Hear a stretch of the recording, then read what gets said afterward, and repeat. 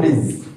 Okay, so we're going to go over the Feast of Dedication. Okay, all praise to the Most High. Okay, so, where do I begin? I have a lot of notes here that I wanted to go over. But if you want to get more details on the Feast of Dedication class, you can just go to the YouTube channel. Okay, you'll find more information on that class. But I do want to touch on things. Okay, watch this. Give me Sirach. Let's open up with that. Sirach 39 verse 1. Let's open up with the book of Ecclesiasticus. Okay, chapter 39 verse 1. Let's start there. Okay, all praise to the Most High God. Okay, read it. Sirach 39 verse 1. Let's start there. Come on. The book of Ecclesiasticus, chapter 39 verse 1. Read. But he that giveth his mind to the law of the Most High, come on, and is occupied in the meditation thereof. So if you give your mind to the laws of the Most High God, and you must be occupied in what? In the what? In the meditation thereof. So God is commanding us that we must meditate on God's laws. We must not meditate on our feelings. We must meditate on God's commandments. Okay? Go ahead. We will seek out the wisdom of all the ancients. You see that when you give your mind to the laws of the Most High God, you're going to seek out the what? You're going to seek out the what? We'll seek out the wisdom of all the ancients. You're going to seek out the wisdom of all the ancients. The ancients talk about our forefathers that came before us. Those are the wisdom of the ancients. That's the wisdom of the ancients. Go ahead. And be occupied in prophecy. And we are going to be occupied in prophecy. So today, we're going to go over some prophecies regarding the Feast of the Dedication. Okay? We're going to go over that. Watch this. Come on, keep reading. He will keep the sayings of the renowned men. He will keep, he says, this man, this sister, you understand? He says, the one that what? The one that give his mind to the law of the Most High God, he says, they will keep the sayings of renowned men. You understand? Famous men. Our forefathers that came before us, because those were famous men. Go ahead. And where subtle parables are, he will be there also. You will see subtle parables in the scriptures, because only the Lord can open your understanding to see that. When you don't keep God's commandments, guess what? You're not going to see those subtle parables. Okay? The Lord will make you think that you see something when you don't. Go ahead. He will seek out the secrets of grave sentences. The secrets of grave sentences goes into what? The dark sayings, the parables. You understand? The wise sayings of our forefathers. Read. And be conversant in dark parables. And be conversant in dark parables. Okay? Read that again. The book of Ecclesiasticus, chapter 39, verse 3. Go ahead. He will seek out the secrets of grave sentences. Read. And be conversant in dark parables. And you're going to be conversant in dark parables. Now watch this. Give me the book. Give me Psalms 119 verse 18. Okay, Psalms 119 verse 18. Okay, this is our forefather King David, the mighty prophet he was. Okay, he was a mighty prophet indeed. Okay, and our forefather King David meditated on God's words. Read that. Psalms 119 verse 18. Come on. Psalms chapter 119 verse 18. Read. Open thou mine eyes, that I may behold wondrous things out of thy law. Only the Most High God can open your spiritual eyes to see the wondrous things that are hidden in God's laws. Okay? When you give your mind to God's commandments, the Most High God says, I'm going to open your eyes. I'm going to give you the spirit of what? The spirit to have sense. Read again. Verse 18. Come on. The book of Psalms, chapter 119, verse 18. Read. Open thou mine eyes, that I may behold wondrous things out of thy law. So when the Most High God is the only one that can do that. When you do his will, when you apply his commandments, you follow counsel, he says, I'm going to open your eyes. I'm going to open your spiritual eyes. Okay? Now watch this. Give me the book of Daniel 12 verse 4. Daniel chapter 12 verse 4. Okay? Because our forefather Daniel, the Lord, the Most High God did bless him with great wisdom. Okay? He blessed him with great wisdom, and he showed Daniel certain things that were not open, for everyone to understand. But you needed to be in God's commandments for you to be able to understand the visions that are written therein. Read that. Daniel 12 verse 4. Come on. The book of Daniel, chapter 12, verse 4. Read. But thou, O Daniel, shut up the words. Read. And seal the book. And what? And seal the book. And seal the book, meaning seal the understanding that is in this book. The Lord is commanding Daniel. Come on. Even to the time of the end. Even to the time of the end. Meaning it's going to come a time in these last days that the seal is going to be opened. where we will understand what this Bible is saying. Go ahead. Many shall run to and fro, Many shall run to and fro, read. and knowledge shall be increased. The knowledge that will be increased on this earth is talking about the knowledge of the white man, his science, okay, his tablets, his touch screens, okay, his technological advances, okay. When you watch this, there's a series called Fringe. Fringe, they go into a lot of paranormal stuff, okay. They go over a lot of history. They go over a lot of science, you think it's science fiction, but there's a lot of stuff in there that Esau is busy doing, that Esau has achieved thus far. You understand? In preparation for the Messiah. Okay, understand that? But that's his knowledge that will be increased. Okay? But the knowledge of the Lord also will increase. That's why now Israel is waking up. Okay? We're letting you know that the Lord is opening up the understanding of this book to understand prophecies and dark sayings. Give me that in Revelation 5:5. Watch this. Because Christ is the one that will open the seal on the book. Okay? Read that. Revelation 5:5. Come on.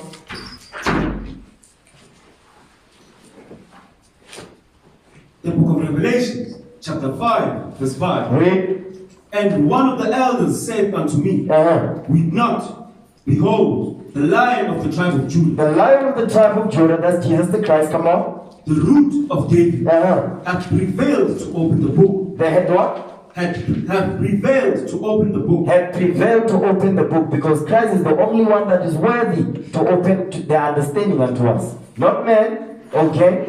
But the Spirit of Christ, which will be in the prophets, will allow us to understand what this Bible is saying. To open the seals on the book. Read it again. Verse 5. The book of Revelation, chapter 5:5. Come on. And one of the elders said unto me, Read. Weep not. Behold, the Lion of the tribe of Judah. The Lion of the tribe of Judah, that's Jesus the Christ, come on. The root of David Read. hath prevailed to open the book. Come on. And to loose the 7 seals thereof. And to loose the 7 seals thereof. You understand? The only reason why we are able to open up the Bible and understand what he's saying is because Christ is the one that is opening our spiritual eyes to understand this thing. To see what the scriptures are saying, to also understand how to apply it. Okay? Watch this. Give me Hosea 12:10. Hosea chapter 12 and verse 10. I'm going to be rushing through this class, so bear with me. Okay? Hosea 12 verse 10.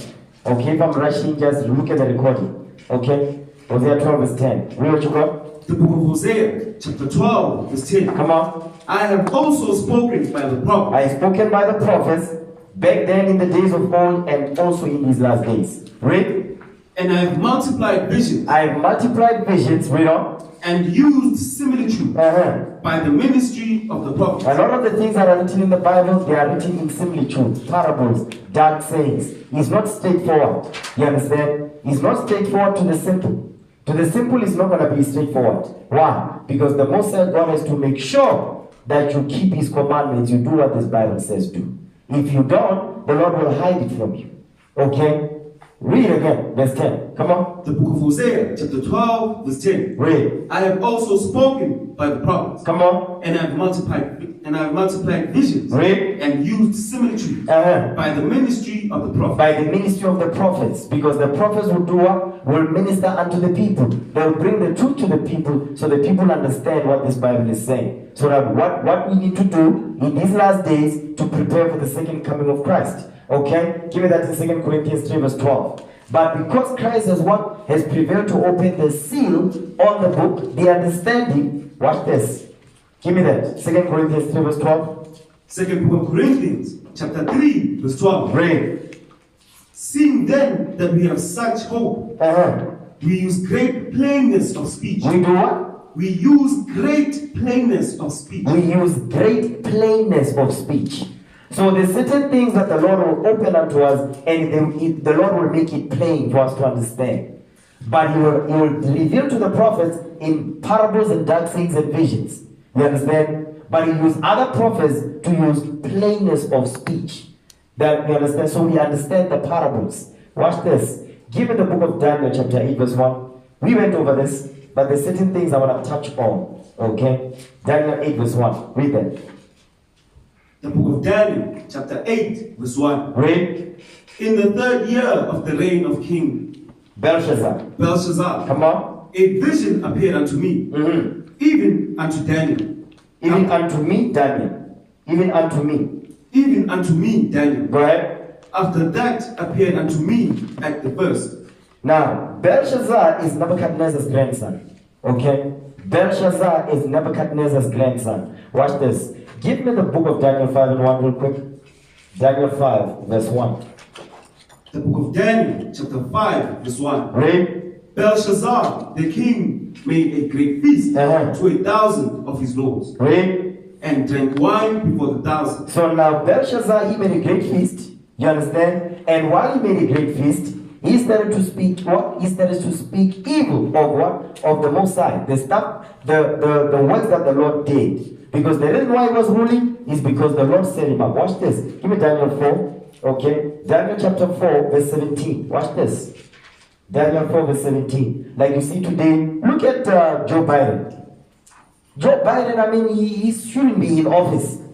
He's about to drop dead. But guess what? He's the president of the free world.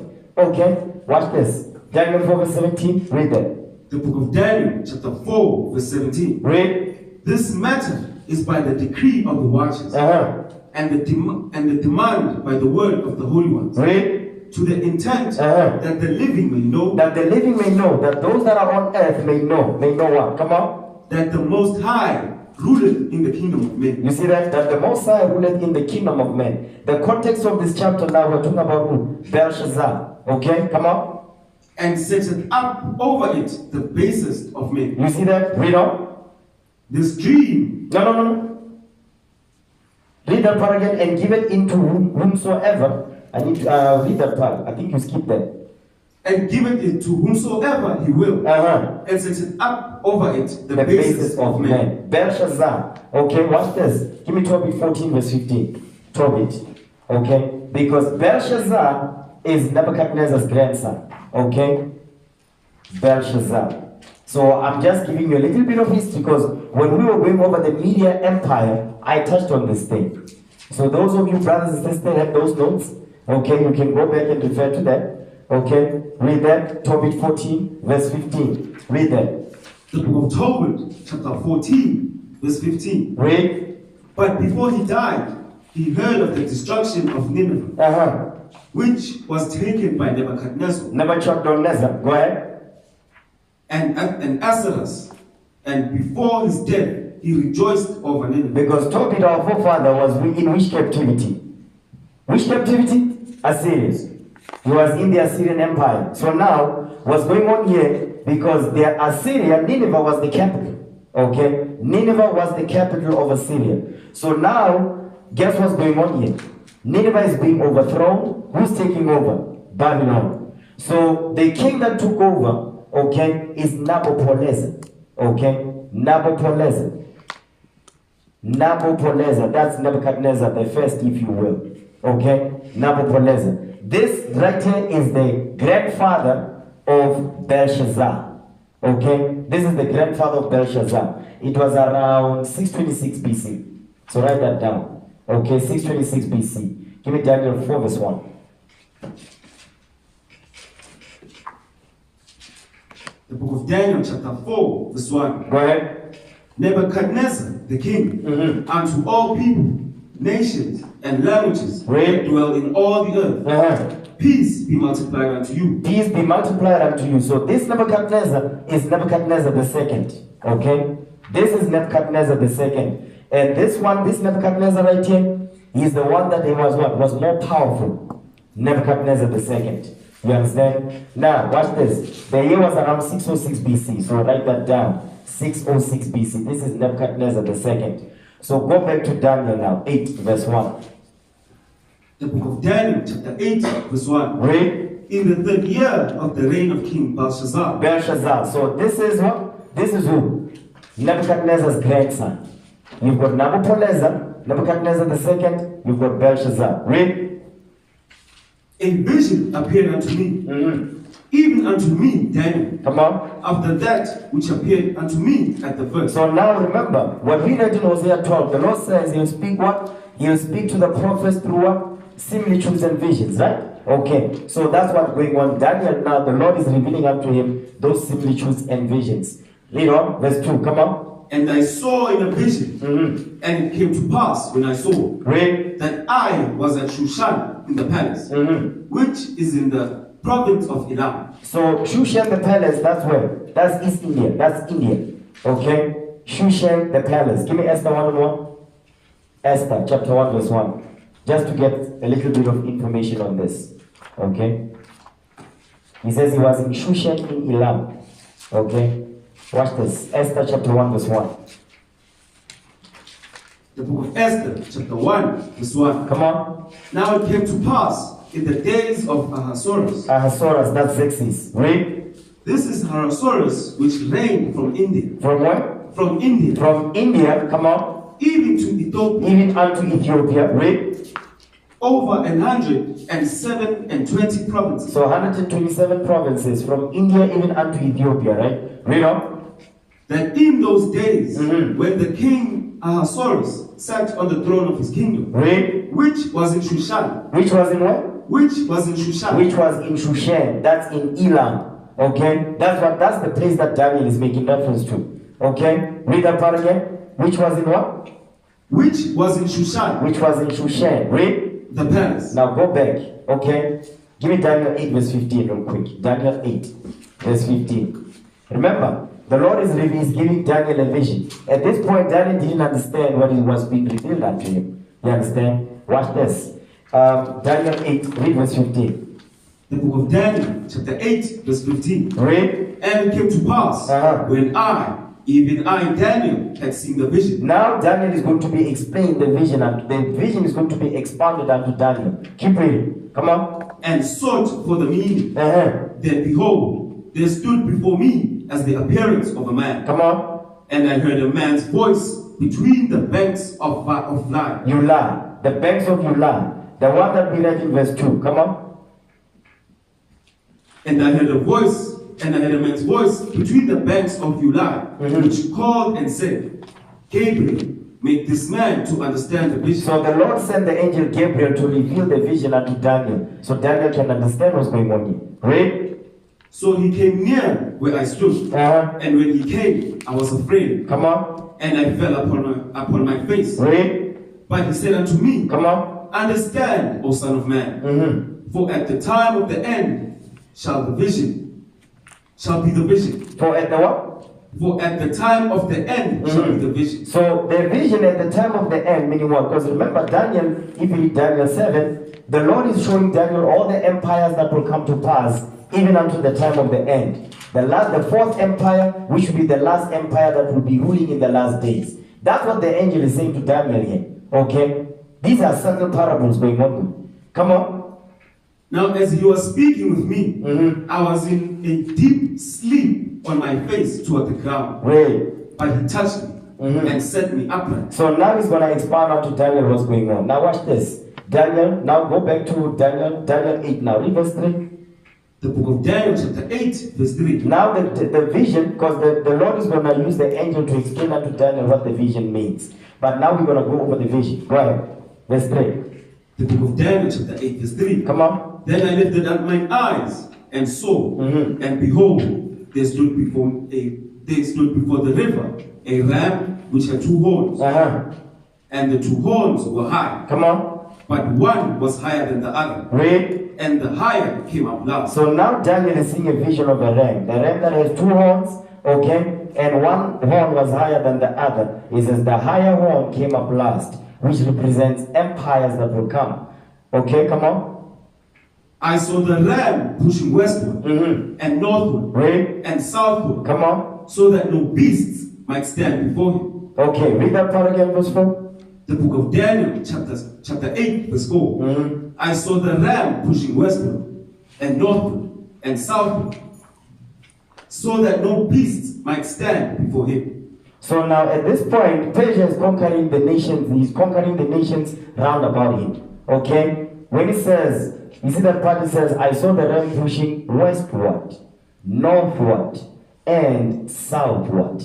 So all these nations here, it goes into Greece, it goes into Egypt, okay? It also goes into, there's another one, it will come to me. But the northward one and the southward one goes into the southward, that's Egypt. Okay? The northward one, that right there is Greece. Okay? I remember the westward one. Just remind me of that. Read on. Neither was there any that could deliver out of his hand. Read. But he did according to his will and became great. So now, this ram is represented what? Who's this ram? Jump down to verse 20. Okay? Let's see who's the ram that has 2 horns, that was conquering. Come on. The book of Daniel, chapter 8, verse 20. Read. The ram which thou sawest, having 2 horns, are the kings of Media and Persia. So now Daniel, remember, Daniel is seeing this vision during whose reign? Belshazzar. Don't forget the plot now. Because Daniel is seeing something that has not happened yet. Okay? This is during the time of Belshazzar, in his 3rd year of his reign. Okay? Persia has not come to pass yet. Okay? Read again. The book of Daniel, chapter 8, verse 20. Read. The ram which thou sawest, having 2 horns, are the kings of Media and Persia. So now we're seeing the Media and the Persian Empire coming into power, but not yet. Okay? Now, keep reading. No, go back. Read verse 5. Again. The book of Daniel, chapter 8, verse 5. Read. And I was considering. Behold, and as I was considering, come on. The book of Daniel, chapter 8, verse 5. Read. And as I was considering. What was he considering? The vision he just saw of the ram that has 2 horns. Read. Behold, an he-goat came from the west. A he-goat came from the west. Come on. And he-goat came from the west on the face of the whole earth. Read. And touched on the ground. And touched not the ground. What Bible are you reading? Is that other version again? Read that verse again. The book of Daniel, chapter 8, verse 5. Read. And as I was considering, behold, an he-goat came from the west on the face of the whole earth. Read. And touched not the ground. Come on. And the goat had a notable horn between his eyes. So now he's seeing a goat. After he was considering the ram that has 2 horns, now he's seeing the goat. Okay, this goat was powerful. He says, was so powerful that he was so powerful that he did not touch the ground. Meaning that's how much there was conquering. The Lord gave this goat power. And and the goat had a notable horn between his eyes. Okay, read on, verse 6. And he came to the ram that had 2 horns. Read. Which I had seen standing before the river. And ran unto him in the fury of his power. In the what? In the fury of his power. So now when the goat came on the scene, the goat did not come as a nice person on the scene. You understand? He did not come as a nice person on the scene. He's also letting you know how powerful the goat was. Because the goat was able to conquer this dual empire by itself. That's letting you know how powerful this goat was. Okay, who's the goat? Read verse 21. We've gone through this, so I'm just rushing through it. There's something I want to deal with in the chapter. Right? The book of Daniel, chapter 8, verse 21. Read. And the rough goat is the king of Greece. The what? And the rough goat is the king of Greece. The rough goat. You see that word right there? The rough goat. That's why it says what? It says what? It says, and ran unto him in the fury of his power. So he didn't come on the scene as a nice person. Okay? They were conquering and they had fury. Okay? Read again, verse 21. The book of Daniel, chapter 8, verse 21. Read. And the rough goat is the king of Greece. The rough goat is the king of Greece. Go ahead. And the great horn that is between his eyes is the first king. So the horn that is between the eyes of the goat is the first king of Greece. Go back to 2 Corinthians 3, verse 12. 2 Corinthians 3, verse 12. So we understand what the Apostle Paul was saying right there. Okay? 2 book of Corinthians, chapter 3, verse 12. Read. So then death worketh in us. 2 Corinthians 3, verse 12. 2 book of Corinthians, chapter 3, verse 12. Read. Seeing then that we have such hope. We have such hope in who? In Christ. The one that prevailed to open the seal. Read. We use great plainness of speech. We use great plainness of speech. What we read in Daniel, that's not plainness of speech. Okay? Now give me that in 1 Maccabees 1:1. So we can understand that plainness of speech that is written in the book of the Maccabees. Okay? Read. 1 First book of Maccabees, chapter 1, verse 1. Read.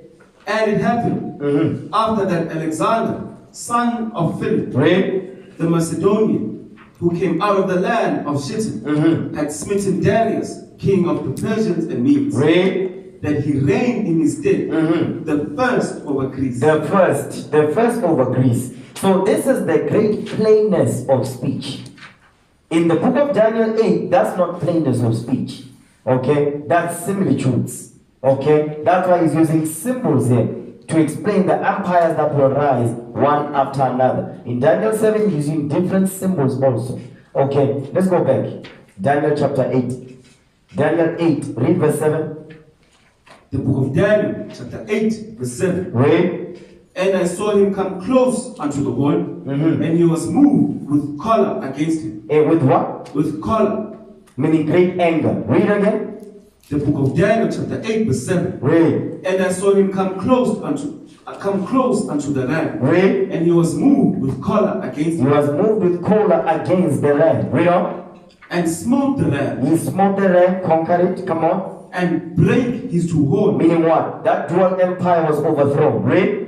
And there was no power in the ram to stand before him. Meaning what? They had to be conquered and overthrown, as according to what Daniel said. Read. But he cast him down to the ground and stamped upon him. You see that thing? He cast him down to the ground. Guess what? And stamped upon him. What does that mean? Give me that in Isaiah. I'm going to give you an example of what that means. Okay? And stamped upon him. Watch this. Isaiah 51. Isaiah 51 and verse 23. Watch this. Now this goes into Israel. Okay? What the nations did to us back then and what the nations are doing to us today. Especially today. Read it. Verse 23. Come on. The book of Isaiah, chapter 51, verse 23. Read. But I will put it into the hand of them that afflict thee, Read. which have said to thy soul, Come on. bow down. Bow down. Which have said to thy soul, bow down. Meaning what? Yes, they ran upon them and they stamped upon them. They made sure that anything about their culture and so forth was destroyed too. They made sure that they were assimilated into Greek culture. That's what Alexander did when he was conquering the dark nations. Okay? Yes, he was going around stealing their culture, but he made sure, okay, I'm going to make one. But all your cultures, you must let it go. That's why Antiochus later on, what did he do? He pushed that thing to the forefront. Okay? Alexander was just playing games, although he conquered. But the reason why he did this to the Persians, because the Persians, what did the Persians have? The Persians had, you can celebrate your custom in our kingdom, you can come with your custom in our kingdom, and you can continue. That's why we were able to celebrate Purim. How were we able to do that? Because of the way in which Persian media was set up. They allowed us to celebrate our customs. We still knew that we're Israel.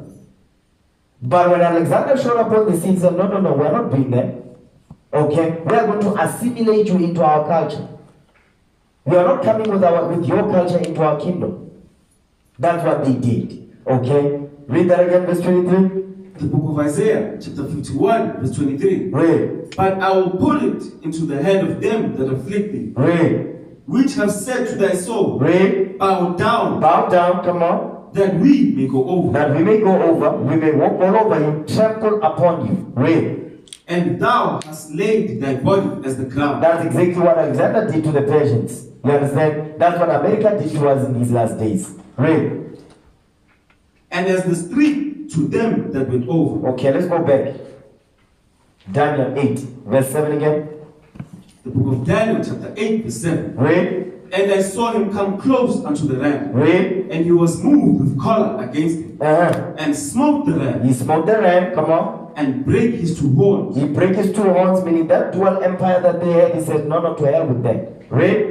And there was no power in the ram to stand before him. Because they were overthrown and conquered. Read. But he cast him down to the ground. Meaning what? That was not enough that they conquered them. He said, no, we have to assimilate you also. So it wasn't enough. Read. And stamped upon him. And there was none that could deliver the ram out of his hand. And there was none that could deliver the ram out of his hand. Why? Because everybody was afraid of Alexander. Okay, give me 1 Maccabees chapter 1 verse 2 now. Here's what it means, that there was none that could deliver the ram out of the goat's hand. What did Alexander do? Read that. First Maccabees 1 verse 2. We're going to read 2 and 3. First book of Maccabees, chapter 1, verse 2. Come on. And made many wars, and won many strongholds. And won many strongholds, meaning what? He was conquering the dark nations. Read. And slew the kings of the earth. He slew the kings of the earth, okay? That's why one of those kings that he slew was who? Darius the third. Darius the third. Okay, come on. And went through to the ends of the earth, and took spoils of many nations. You see that? He took spoils of many nations. Because remember, at this point, Alexander is coming into power. Okay, he's conquering the dark nations, including the Israelites. Right? In so much that the earth was quiet before him. Read.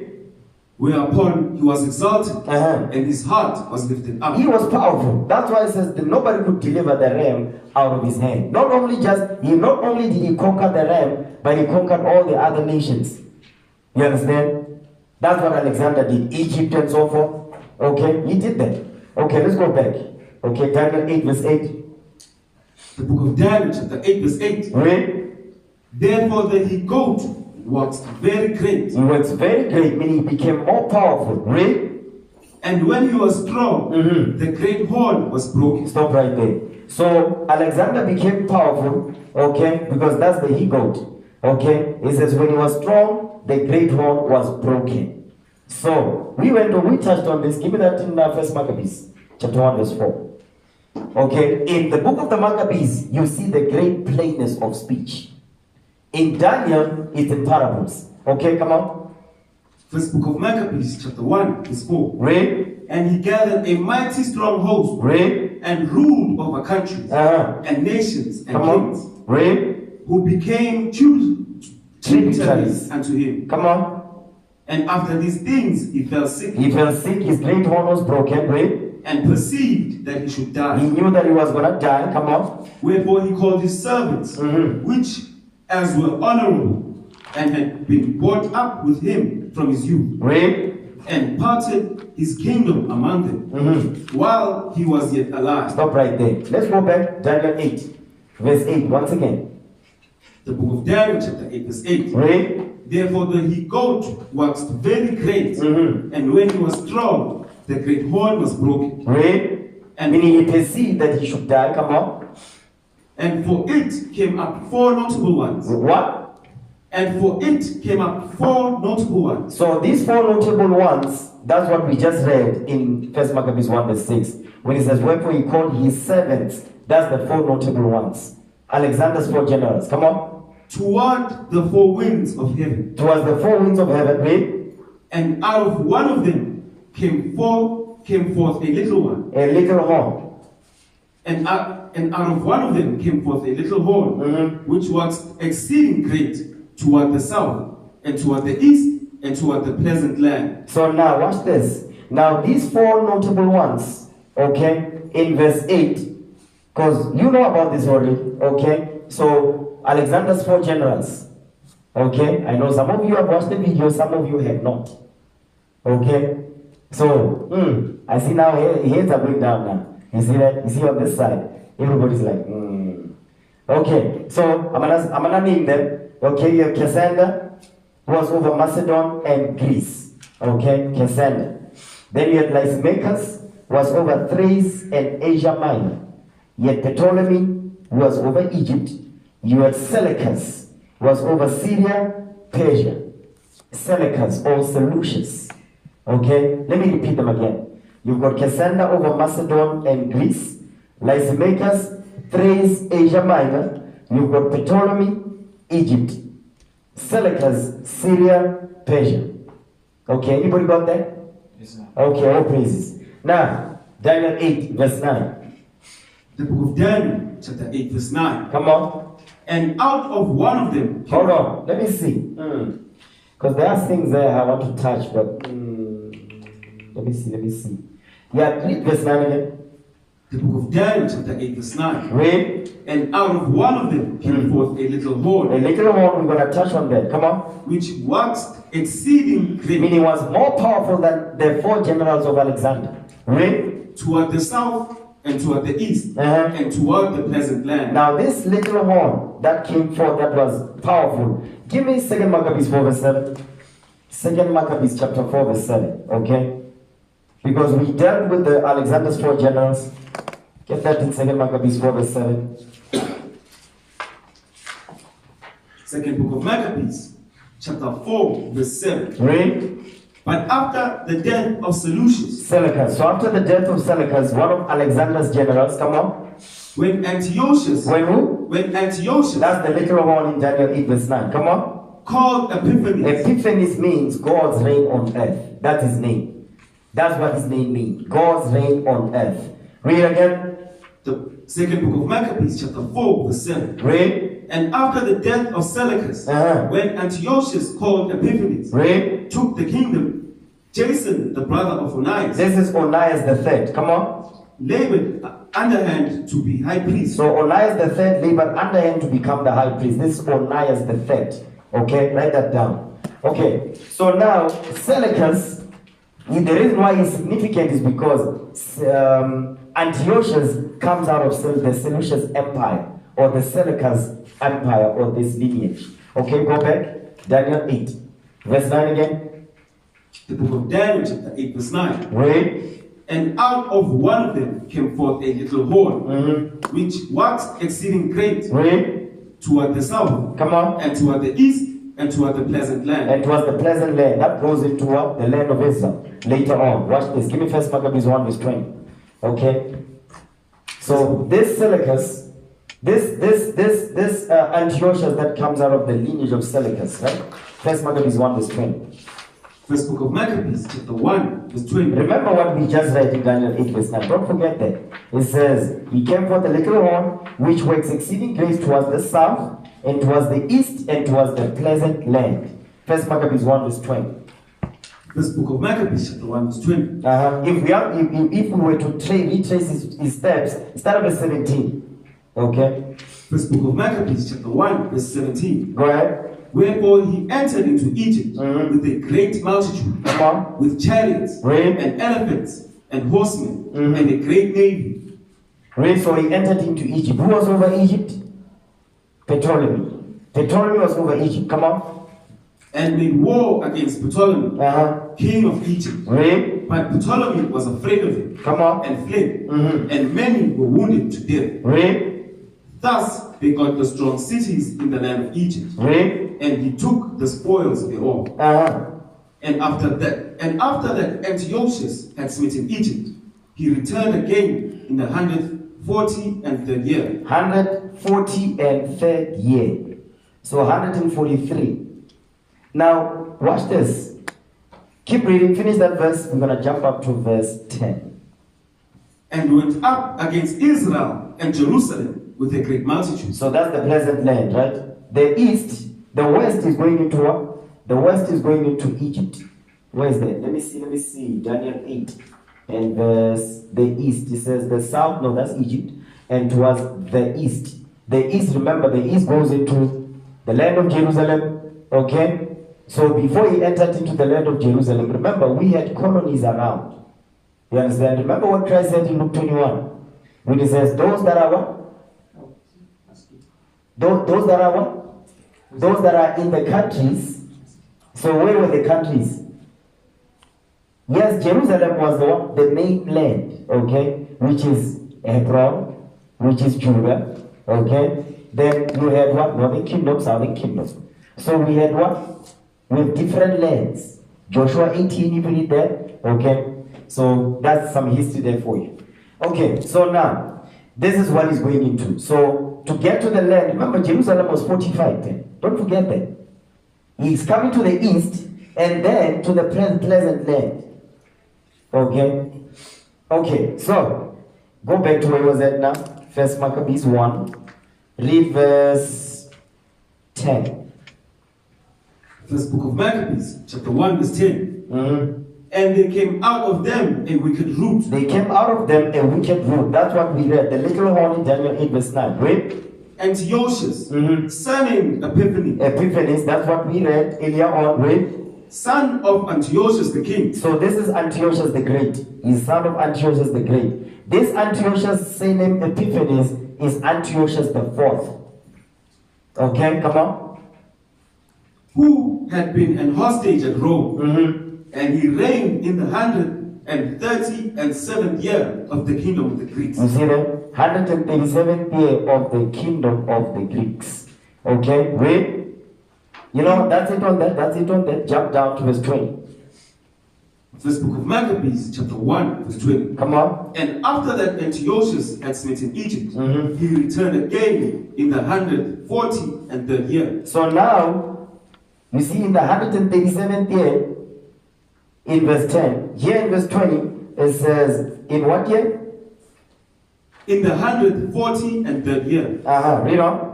And went up against Israel and Jerusalem with a great multitude. Now he's coming for us. Okay?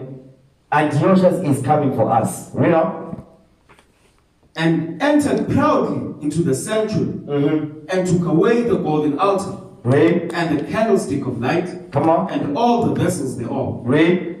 and the table of the showbread, and the pouring vessels, and the vials, and the censers of gold, and the veil, and the crowns, and the golden ornaments that were before the temple, all which he pulled off. Because guess what? What the nations, what they do all the time is they rob us. Okay? It happened during the time of the Greeks. It happened during the time of the Spanish Inquisition. Okay? The Portuguese Inquisition. When Ferdinand and Isabella sent Christopher Columbus to rob us. Okay? In 1447, that was the Portuguese Inquisition. Okay? 1447. Write that down. 1447. That was the Portuguese Inquisition. And we was rich. We were ruling as the Moors. Okay? And guess what they did? They robbed us. They used their spoils to sell us in slavery to insure the ships. Where did they get the money from? Our gold. Our silver. Okay? Just like they are doing right here. Okay? Read. He took also the silver and the gold and the precious vessels. Come on. Also he took the hidden treasures which he found. Read.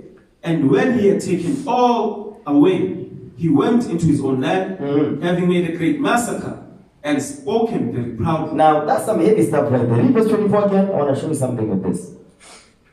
First book of Maccabees, chapter 1, verse 24. Read. And when he had taken all away, he went into his own land. He did what? He went into his own land. Stop right there. Give me Daniel chapter 11. Daniel 11 verse 28. I want to show you something right here. We read this verse all the time. The book of Daniel, chapter 11, verse 28. Come on. Then shall he return into his land with great riches. That's Antiochus. This is talking about Antiochus right here. Go ahead. And his heart shall be against the holy covenant. Because what was he doing? Defiling our temple. Right? And he shall do exploits and return to his own land. You see that? They were exploiting our what? Our riches and our wealth. Okay? So now, I'm going to be jumping around. I'm going to jump around here. Okay, give me Daniel 11 verse 30. Okay? Daniel chapter 11 verse 30. Okay, so you're going to read the whole chapter on your own. Okay, I don't want to touch that today. We went over this chapter many times. Okay, Daniel chapter 11 verse 30. Read that. The book of Daniel chapter 11 verse 30. Come on. For the ships of Shittim shall come against him. The him here is talking about who? Antiochus. Shittim is going into Rome. Okay? Rome and Greece were in what? Were at war with each other. Come on. Therefore he shall be grieved and return. He shall be what? He shall be grieved and return. Read on. To return to what? To overthrow us and to destroy us. Read. And have indignation against the holy covenant. And he will have indignation against the holy covenant. Come on. So shall he do. He shall even return and have intelligence with them that forsake the holy covenant. So now, you see what's going on here? Antiochus had help. Antiochus had help of our own people helping him to overthrow us. To pollute the sanctuary. Antiochus had help. Okay? Read the part again, verse 30. The book of Daniel, chapter 11, verse 30. Read. For the ships of Shittim shall come against him. Come on. Therefore, he shall be grieved and return. Come on. And have indignation against the Holy Covenant. Read. So shall he do. He shall even return and have intelligence with them that forsake the Holy Covenant. Now, I want to show you something. Give me Daniel 8, verse 11. I told you today I want to go into prophecies and stuff like that. Okay, read that. Daniel 8, verse 11. We're going to read 11 and 12. Come on. The book of Daniel, chapter 8, verse 11. Watch this. What we read in Daniel 11, Daniel is repeating it again in Daniel 8. Read. Yea, he magnified himself even to the prince of the host. The prince of the host goes into our people, read on. And by him, the daily sacrifice was taken away. You see that? By him, by Antiochus, the daily sacrifices was taken away. We could no longer sacrifice into our temples. And he had help. Why we could not? Okay? He had intelligence with them that helped him. Okay, come on. And the place of his sanctuary was cast down. The place of his sanctuary was cast down. Meaning the place of our sanctuary was cast down. Read. And an host was given him. That host right there, that's wicked Israelites. Read. And an host was given him against the daily sacrifice. You see that thing? An host was given him. That's the intelligence that Daniel is talking about in Daniel 11 verse 30. Read. By reason of transgression. By reason of wickedness. Read. And it cast down the truth to the ground. And it practiced and prospered. So they helped him to cast the truth down. Meaning what? To destroy the Bibles. Just like Hitler was doing. Burning the Bibles. So that's what's going on here. Watch this. Give me 1 Maccabees 1 verse 10. We read this all the time. Okay? I'm putting some context for you. So you can understand. What Daniel is explaining here, it's not in plain speech.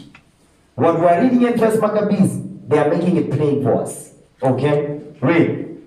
First book of Maccabees, chapter 1, verse 10. Read. And there came out of them a wicked root. Read. Antiochus, sending Epiphanes. Come on. Some son of Antiochus the king, who had been an hostage at Rome. That's what we read in Daniel 11 verse 30. Read. And he reigned in the 137th year of the kingdom of the Greeks. Read. In those days were there out of Israel wicked men. You see that? That's the host. That's the host in Daniel 11. That's the host in Daniel 8 verse 11 and 12. The intelligence with them, meaning he had help. Read. Who persuaded many, saying, let us go and make a covenant with the heathen.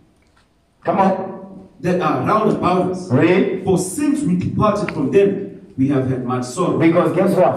When we were sacrificing, they didn't want that. They were okay when our forefathers and foremothers and kids were eating pork and all that. They said, no, since we stopped eating pork, we have had much sorrow. We want to go back. Doesn't that sound familiar? During the Exodus? Isn't that what our forefathers said? Yes. We want to go back. Okay, that's what we are reading here. Go ahead. Come on. So this device pleased them all. You see that? Meaning this device pleased them well. I don't know which version you're reading. Read again. First book of Maccabees, chapter 1, verse 13. Go ahead. So this device pleased them well. It pleased them well. Our people, they were pleased by this. Okay, come on. Then certain of the people were so forward. They were so forward, they were chattering. Go ahead.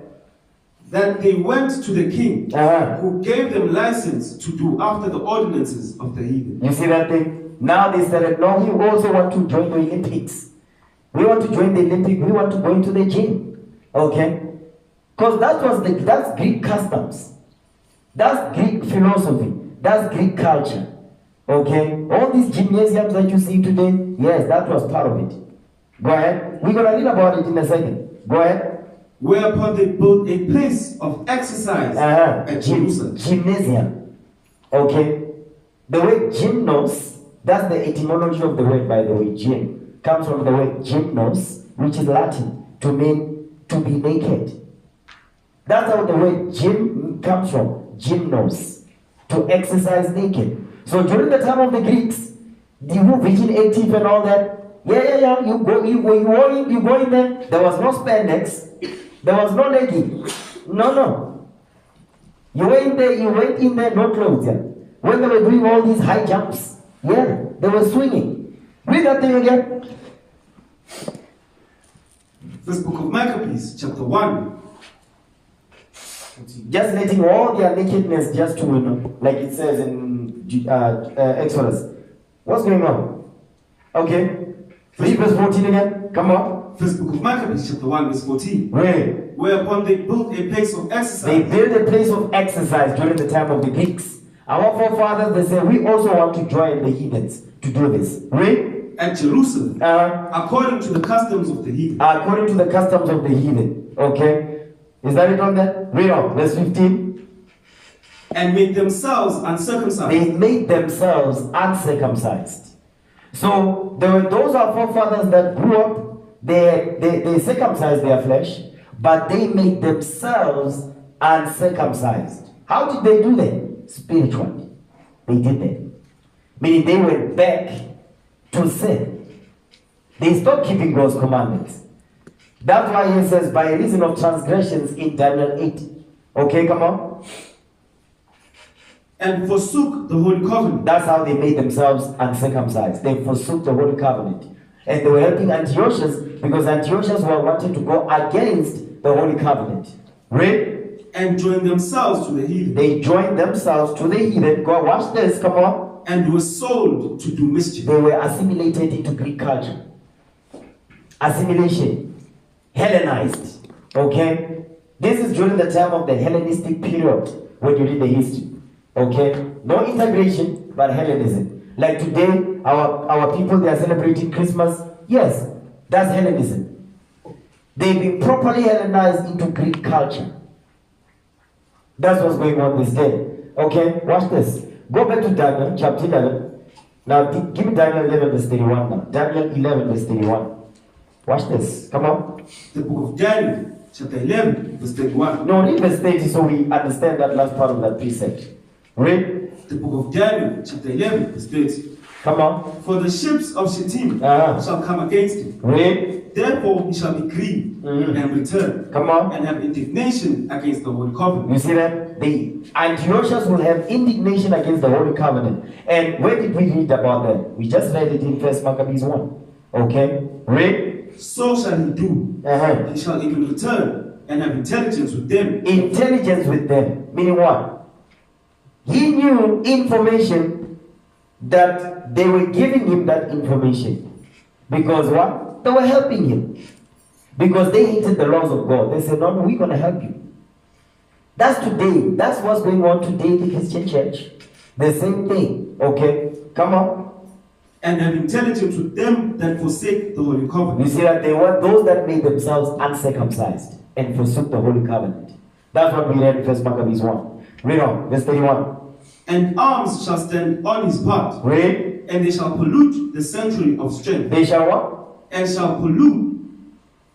And they shall pollute the sanctuary of strength. They shall pollute the sanctuary of strength. That's our temple. Go ahead. And shall take away the daily sacrifice. They took away the daily sacrifices because that's how we connected to the Lord. Because if you are in the midst of sin, how did you get your sins to be forgiven? We had to go to the temple and sacrifice so the Lord can atone for our sins. So when they block that, that means we have no power. Okay, come on. And they shall place the abomination that maketh desolate. They shall what? And they shall place the abomination that maketh desolate. They shall place the abomination that maketh desolate. The abomination of desolation. Give me Daniel 9 verse 27. Daniel chapter 9 verse 27. They shall place the abomination that maketh desolate. So this is twofold. He's talking about during the time of the Greeks. He's also talking about the time of the Romans. Beyond that, he's going into 70 AD. Okay? Daniel 9:27. Read that. The book of Daniel, chapter 9, verse 27. Read. And he shall confirm the covenant with many for 1 week. Come on. And in the midst of the week, he shall cause the sacrifice and the oblation to cease. He shall what? He shall cause the sacrifice and the oblation to cease. He shall cause the sacrifice and the oblation to cease. That's what Antiochus did. Go ahead. And for the overspreading of abomination. For the what? And for the overspreading of abomination. He shall place the abomination that maketh desolate. Go ahead. He shall make it desolate, even until the consummation. Read. And that determined shall be poured upon the desolate. So Daniel is saying the same thing. He's just using harder words here, but he's explaining the same thing. He will make what? They shall place the abomination that maketh desolate. What is that? Give me that in First Maccabees, okay, chapter 1, verse 54. Read that. First book of Maccabees, chapter 1, verse 54. Remember, this is during the time of Antiochus. Okay, come on. Now the 15th day of the month Cassim, Read. in the 145th year, they set up the abomination of desolation. What did they do? They set up the abomination of desolation. They are set up the abomination of the abomination of desolation. Read on. Upon the altar. Upon the what? Upon the altar. He's letting you know what the abomination of desolation is happening where? At the altar. Read on. And builded idol altars throughout the cities of Judah. Come on every side. You see that thing right there? Watch this. Give me that in First Maccabees 1:43. First Maccabees chapter 1 verse 43. First book of Maccabees chapter 1 verse 43. Watch this. Yea, many also of the Israelites consented to his religion. Meaning they agreed. Our forefathers agreed to the Greek religion called what? Democracy and politics. Go ahead. And sacrificed unto idols. Now what did they do? And sacrificed unto idols. This is going to break down the abomination that maketh desolate. Read. And profane the Sabbath. They profane the Sabbath. Come on. For the king had sent letters by messengers unto Jerusalem. Read. And the cities of Judah. Come on. That they should follow the strange laws of the land. We should follow the strange laws of the land, meaning sacrificing unto idols, idol worship. You understand? One of those strange laws of the land was what? Read verse 41. First book of Maccabees, chapter 1, verse 41. Come on. Moreover, King Antiochus wrote to his whole kingdom that all should be one people. You see that? That's another strange law of the land. Politics, democracy, Christianity, because it's all the same thing. Watch this. Daniel 8:25. Let me show you in another way that is written. Daniel 8:25. Still talk about the same guy. The same guy right here. Watch this. Daniel 8 verse 25. The book of Daniel chapter 8 verse 25. Read. And through his policy also. Through his what? Through his policy also. Democracy. Democracy. That's what we read in First Maccabees 1:1. Read. He shall cause craft to prosper in his hand. That's talk about Antiochus. Read on. And he shall magnify himself in his heart. Come on. And by peace. And by what? And by peace. By democracy. Come on. Shall destroy many. You see that? By democracy shall destroy many. Go ahead. He shall also stand up against the prince of princes. But he shall be broken without hand. You see that thing? The prince of princes. Okay, that's another topic. Let's go back. Okay. Go back to First Maccabees 1. First Maccabees chapter 1. Read verse 45 now. First book of Maccabees, chapter 1, verse 45. Come on, we're still explaining the abomination that maketh desolate. Read. And forbid burnt offerings and sacrifice. Read. And drink offerings. Come on. In the temple. Read. And that they should profane the Sabbaths and festival days. How did they do that? Next verse. Come on. And pollute the sanctuary and holy people. You see that? They polluted the sanctuary and holy people. Because the abomination of desolation was where? On the altar. In the temple, okay? And they polluted the sanctuary and the holy people. Meaning what? Stop sacrificing. Okay? Read. Set up altars and groves. You see that? This is the abomination that maketh desolate. Read. And chapels of idols. And chapels of idols. Come on. And sacrifice swine's flesh. You see that? The abomination that maketh desolate. Okay, read. And unclean beasts. And unclean beasts. Swine's flesh being one of them. Okay, read on. That they should also leave their children uncircumcised. You see that? They left their children. We were no longer sacrificing. We were no longer circumcising our children, physically and spiritually. Read. And make their souls abominable. Make their minds abominable. Okay, come on. Defiling of souls. Read. With all manner of uncleanness and profanation. Abominations. The abominations of desolation. Okay. Now Daniel 8. Daniel chapter 8, read verse 10. The book of Daniel, chapter 8, verse 10. Remember, Daniel 8, verse 9, we went through all these precepts to explain Daniel 8 and 9. Read. And it waxed great, even to the host of heaven. We see that it says, it works great even to the host of heaven. Remember, Go back to First Maccabees 1 verse 20. First book of You know Maccabees. what? No, read verse 9. Don't go there, just read verse 9. We will explain it with this. The book of Daniel, chapter 8, verse 9. Come on. And out of one of them came forth a little horn, Read. which waxed exceeding great, Come on. toward the south and toward the east, Read. and toward the pleasant land. Okay, that's Jerusalem. Come on. And it waxed great, even to the host of heaven. That's the key right there. So he went to the pleasant land. He says it works great, even, meaning indeed, to the host of heaven. Read on. And cast down some of the host. He cast down some of the host, meaning those that did not agree. Okay? Those that didn't agree, they were cast down. Read. And of the stars to the ground. And of the what? And of the stars to the ground. And of the stars to the ground. Read. And stamped upon them. And stamped upon them. Watch this. Give me that in Exodus. Okay? Give me Exodus. Exodus chapter 32, verse 13. He says the stars to the ground. Who's the stars? That's the host of heaven. Okay? The stars to the ground were cast down, and he stamped upon them. Exodus 32, verse 13. Read that. The book of Exodus, chapter 32, verse 13. Read. Remember Abraham, Isaac, Come and on. Israel, Read. thy servants, to whom thou swearest by thine own self, Come on. and said unto them, Read. I will multiply your seed as the stars of heaven. I will do what? I will multiply your seed as the stars of heaven. I will multiply your seed as the stars of heaven. Okay, let's talk about the 12 tribes of Israel. Read on. And all this land that I have spoken of That's the pleasant land that we read about in Daniel 8. Read. will I give unto your seed, Come on. and they shall inherit it forever. That's what Antiochus was coming for. The pleasant land. Okay? And the stars of heaven is talking about what? The 12 tribes of Israel. Because we was in Jerusalem. Go back to Daniel 8. Read verse 10 again. The book of Daniel, chapter 8, verse 10. Read. And it was great, even to the host of heaven, and it cast down some of the host, Read. and of the stars to the ground. So now, read verse 11 and 12. Because we read this already. The book of Daniel, chapter 8, verse 11. Come on. Yea, he magnified himself, even to the prince of the host, Read. and by him the daily sacrifice was taken away, Let's talk about Antiochus. Read. and the place of his sanctuary was cast down, Read.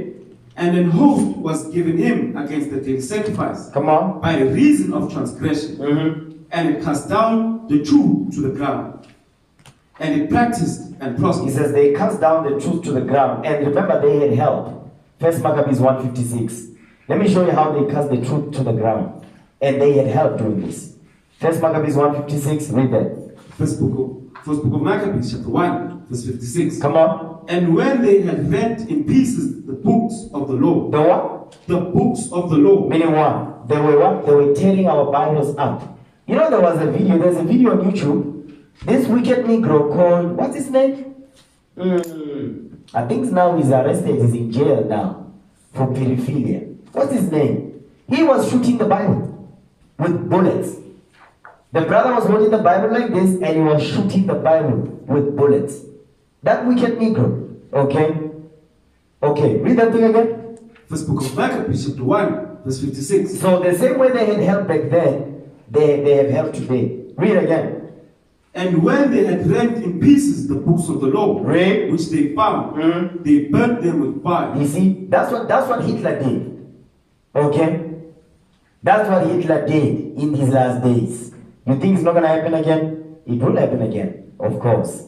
That's why you need to know when the feasts are happening, by heart. It's going to come a time where you're not going to have this Bible. You say, no, I'll just watch it on YouTube. No, I just watch it I just read it on my phone. That's why it says, commit these things to memory. Okay? It will come a time where we're going to have to run and hide. Okay? Yeah, those days are coming. Them days are coming. Christ talked about that day. Okay? And I think we touched briefly on it in class, right? Okay, it's coming. It's coming. Where it's going to be so bad that they are going to be electrocuting you. For you to say, I'm not an Israelite no more. Yeah. They say, are you still a Jew? Being electrocuted. Being set on fire. If you look at the history, you look at Atahualpa. Is it Atahualpa? I think it's Atahualpa. Yeah. When he was banged on the stake. Okay. Yeah. Northern Kingdom. Before, who did that? The Spaniards did that. And who were the Spaniards? The Spaniards are the Romans, by the way. The Spaniards are the Romans. Queen Isabella, King Ferdinand. Yeah, those are Roman. They call them what?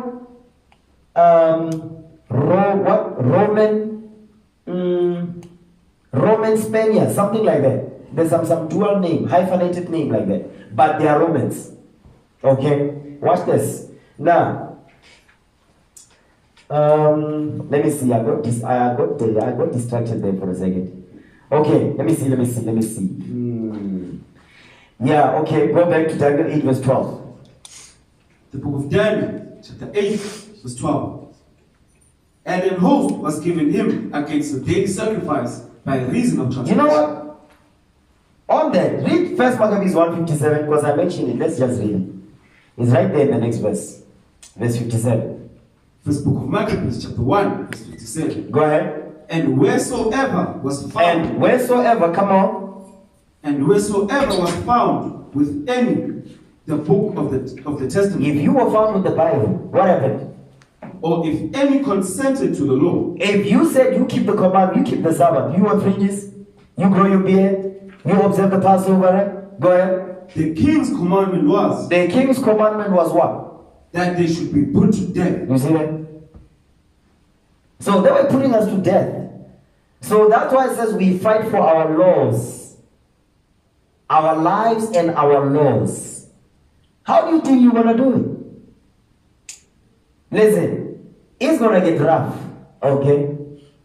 Don't think it's just cool being an Israelite. This is war. You mean to tell me that the nations that put you in captivity, right? They change your names. They give you a new culture. They give you a new dress code, a new diet. They taught you wrong. They just gonna be just sitting there watching your YouTube rising against them. Because you see, some of us, we don't think like that. You don't think that the white man is sitting there saying, they are rising up, man. You know when we teach in Pretoria and Macedon, you know how many Edomites come there? They may not come in the front of us, but they be roaming around there. We see them a lot now, taking videos of us. Okay? I remember there was a day we were teaching in Thessalonica. I'll never forget this day. This white man, he stood on the other side. I think I was with you, right? And all of a sudden, he leaves from where he was. He comes to the front. Okay? Tall Edomite with tattoos. Okay? And he was wearing a military uniform. And I'm not talking about the brown one. No, the white one. So he was not a foot soldier. Okay? He had rank. Okay? Like Colonel. Those type of ranks. He stood there. Okay? And he was listening, then he came to the front. And I asked him, do you have any questions? He just ignored me. He looked at the posters. Because we had posters, we just didn't have them now when they're looking all nice. But we looked at the posters, he looked at them, he looked at the Caesar Borgia, he looked at the 12 tribes, he looked at the transatlantic. He was sitting there saying, wait a minute. And now we teach him. Okay? I don't know if he was there. He was there, right? The tattoos. Yeah. And after that, he just left. Left, never came back again. Okay? And then we started to have some issues when we were teaching at camp. Negroes just coming out of nowhere, just having a problem with us. Okay? So this is not a game.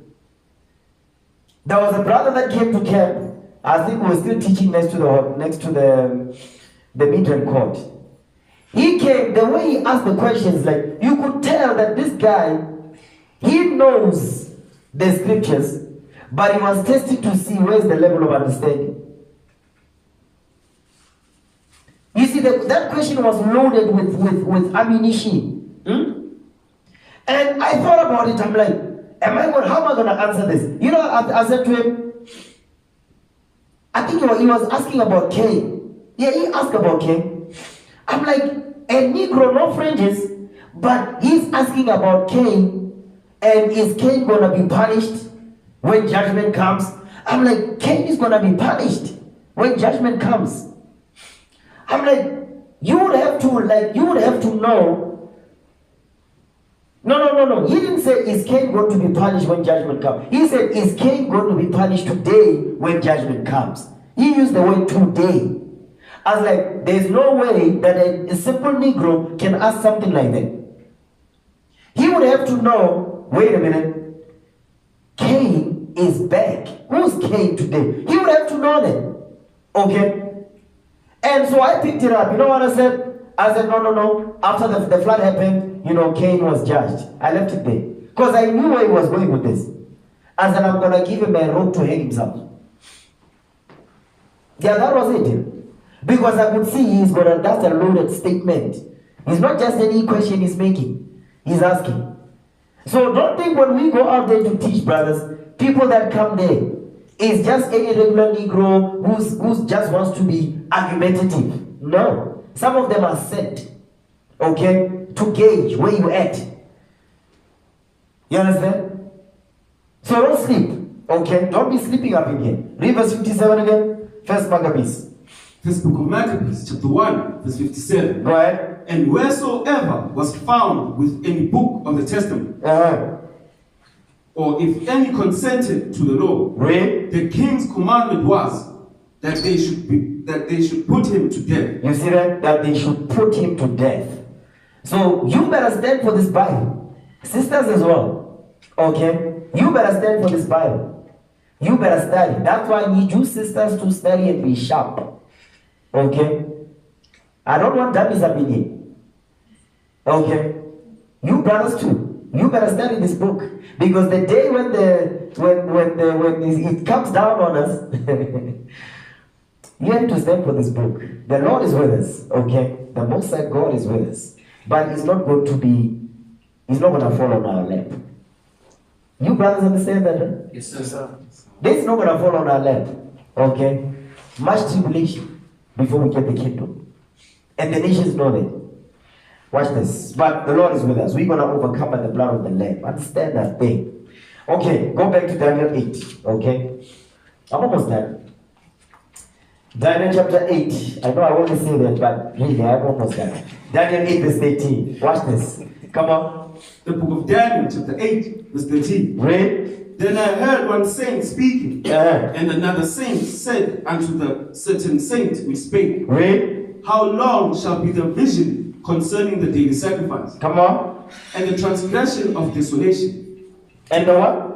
And the transgression of desolation. The transgression of desolation is the abomination of desolation, which we read in 1 Maccabees 1:43 down. Okay, come on. To give both the sanctuary. To what? To give both the sanctuary and the host to be trodden underfoot. So now one saint is asking us, like, how long is this madness going to go on for? Where these heathens are polluting our temple. How long is this going to continue? Okay? Because you see what Antiochus is doing. Read. And he said unto me, unto 2,300 days. Come on. Then shall the sanctuary be cleansed. Now that right there is the feast of dedication. Okay. Now watch this. I think there's a link I sent you. Did they send you the link? Okay. Just forward the link. Forward the link. Let me see. Open the browser so I can see where you must read from. Because there's an article here, it's going to tell you the time period during the time when the sanctuary was polluted. Okay? During the time of Antiochus. Let me see. Give me 1 second. Let me look at it.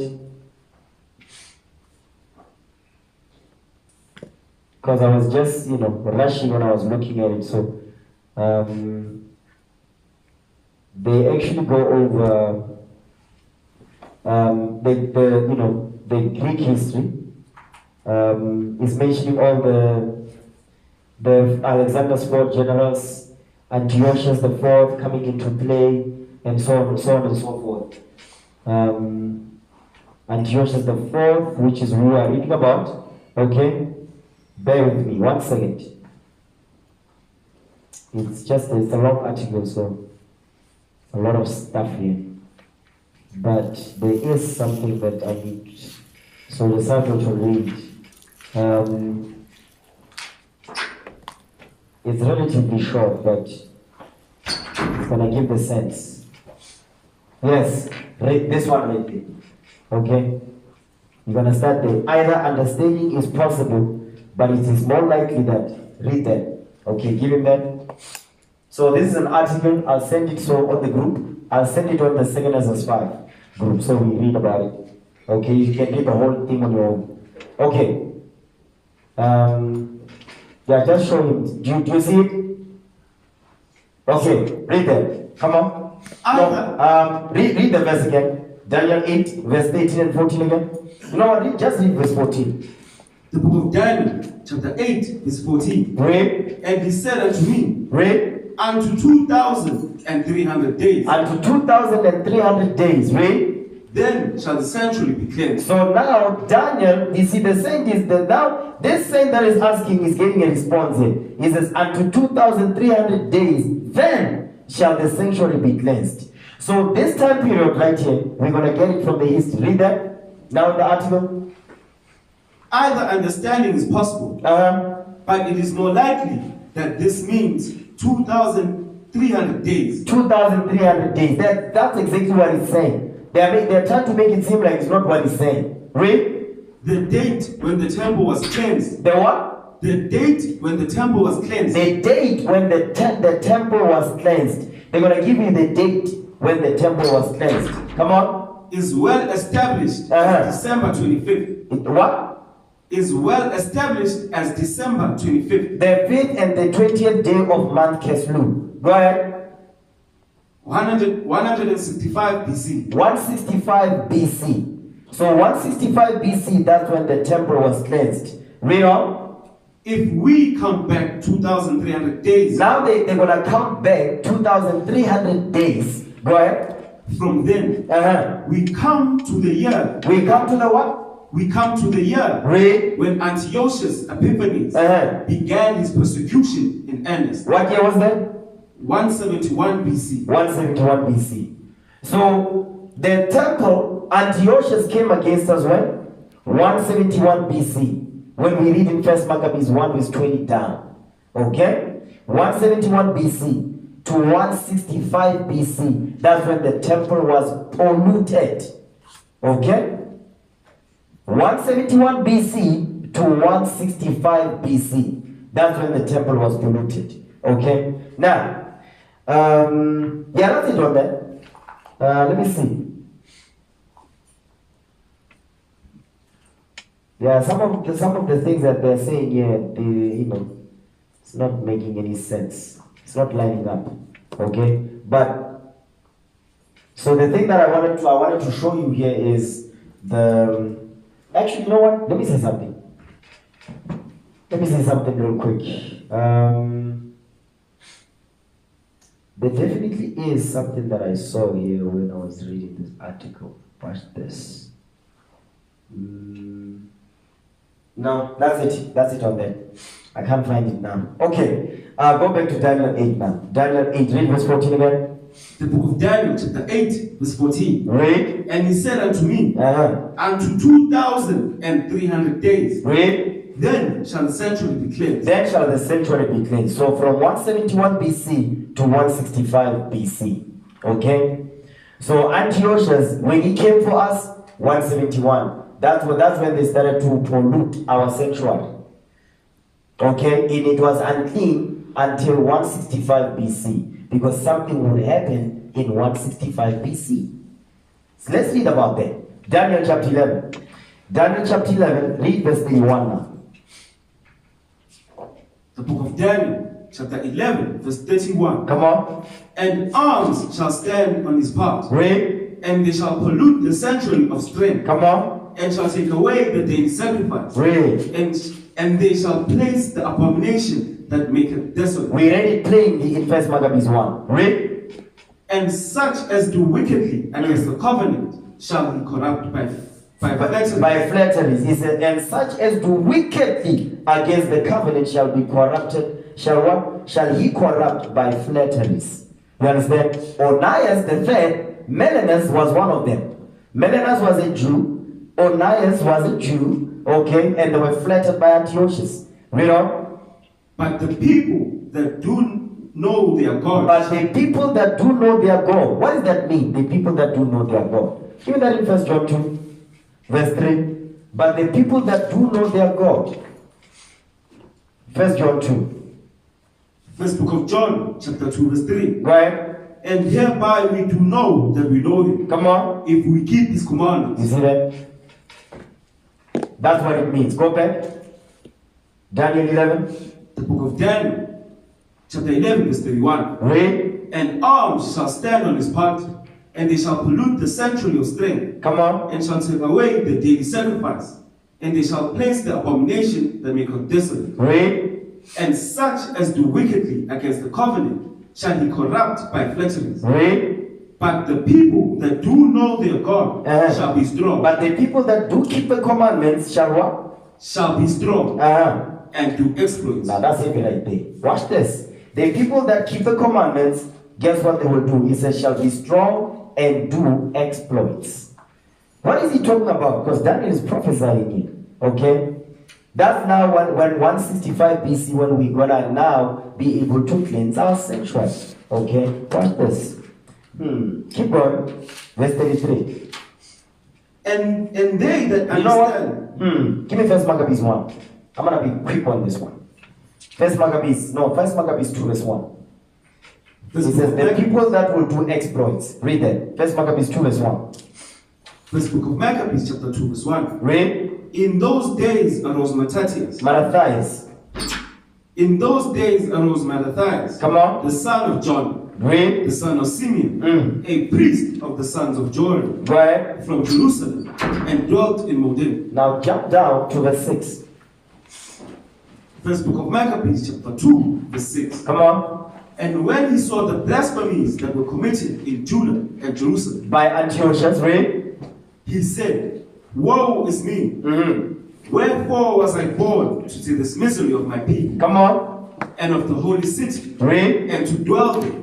And when it was delivered into the hand of the enemy. Come on.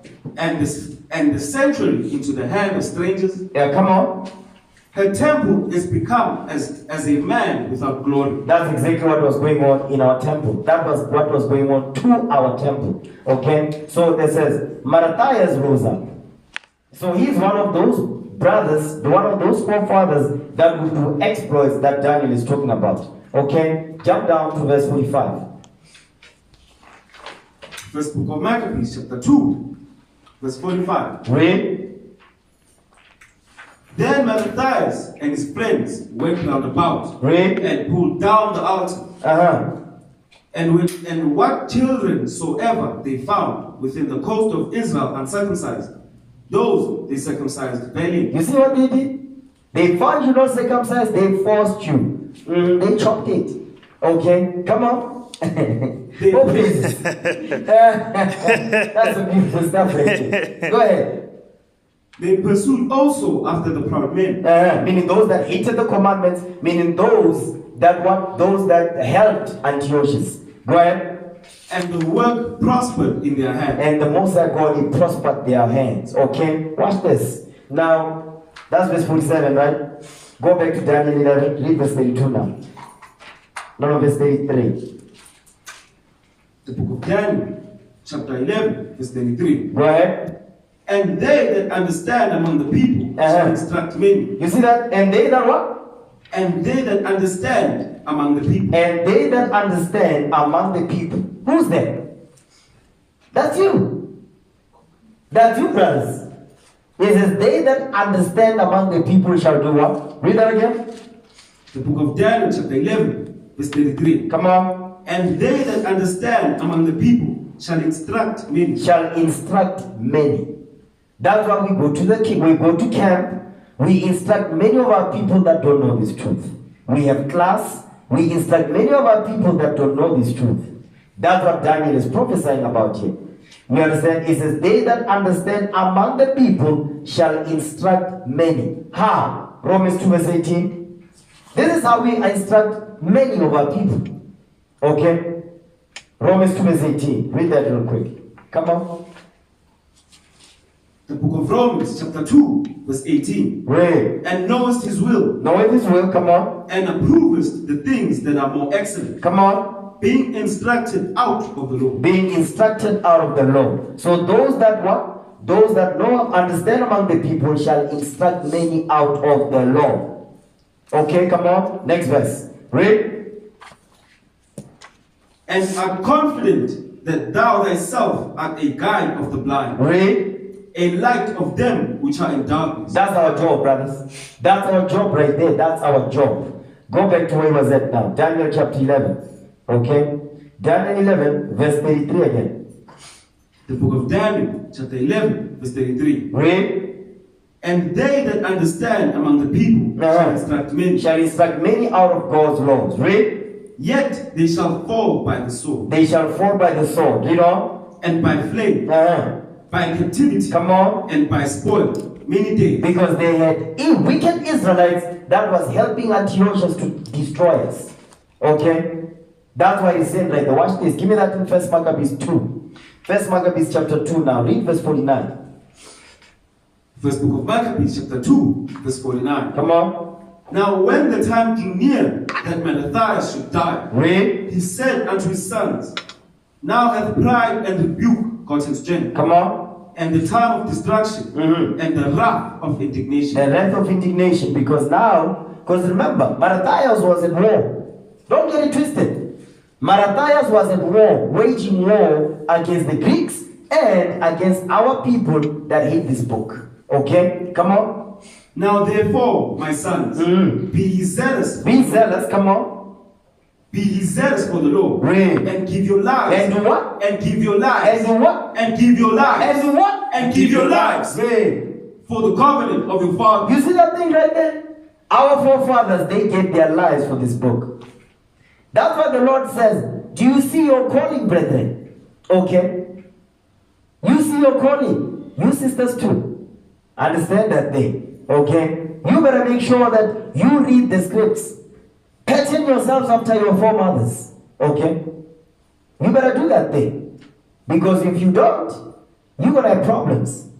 You brothers too. You better pattern yourself after your forefathers. You understand that? Yes, sir. Soldier Presley? Soldier Nehemiah? You better do that thing. Okay? So when you get checked, just stay in the spirit. Okay?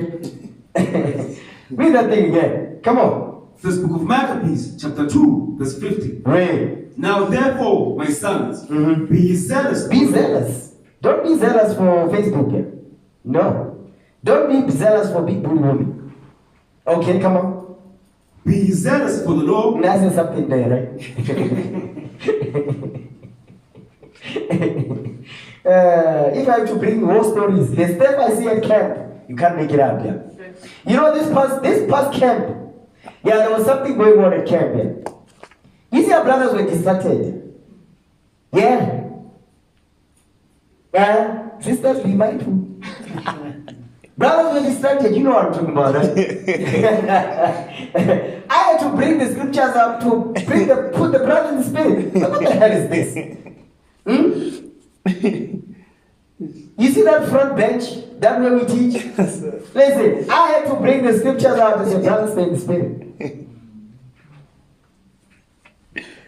Okay. Let me go back. Where was we at?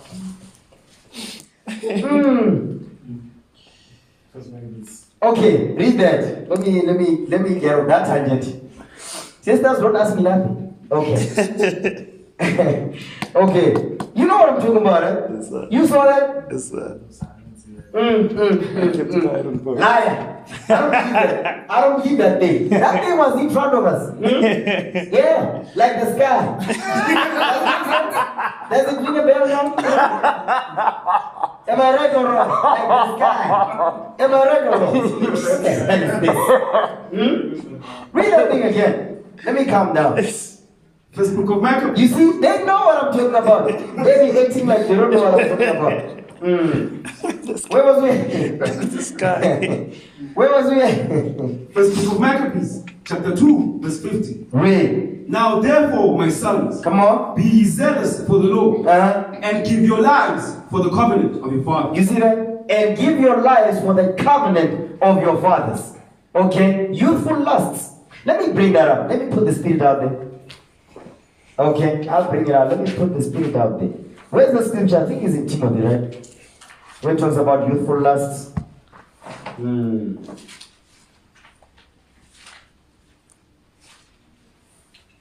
Yes. 2 Timothy 2. Read that, verse 22. Come on. Second book of Timothy, chapter 2, verse 22. Read. Flee also youthful lusts, You see that? Flee also youthful lusts. Come on. but follow righteousness. But follow righteousness. That's the law right there. I'm talking to you brothers now. Okay? Forget the sky. Stay focused on this. Read again. Second book of Timothy, chapter 2, verse 22. Read. Flee also youthful lusts, Come on. but follow righteousness, But follow righteousness. Not big booty woman. Go ahead. faith, charity, Come on. peace Read. with them that call on the Lord, You see that thing? With them that call on the Lord. Go ahead. out of a pure heart. You see that? That's your mindset right there. That's the mindset you have to have. Okay? You have to flee youthful lusts. And how do you do that? You better fast regularly. Okay? You better fast regularly. Understand that. Okay, let's go back. First Maccabees 2. Okay? First book of Maccabees, chapter 2, verse 50. Go ahead. Now therefore, my sons, Read. be ye zealous for the Lord, Come on. and give your lives for the covenant of your He fathers. says, give your lives for the covenant of your fathers. Read on. Come on. Call to remembrance. Call to what? Call to remembrance Remember the days of old. Come on. what acts our fathers did in their time. You see that? That's how you pattern yourself after your forefathers. Okay? But guess what? Your forefathers are not going to, the Lord is not going to come down here and say, no, that's your forefather right there. It's not going to happen like that, by the way. It's happening right now. Stay in the spirit. Okay? We are at war. The prophets are back. You keep saying the prophets are back. What are you talking about? The prophets are back. Okay?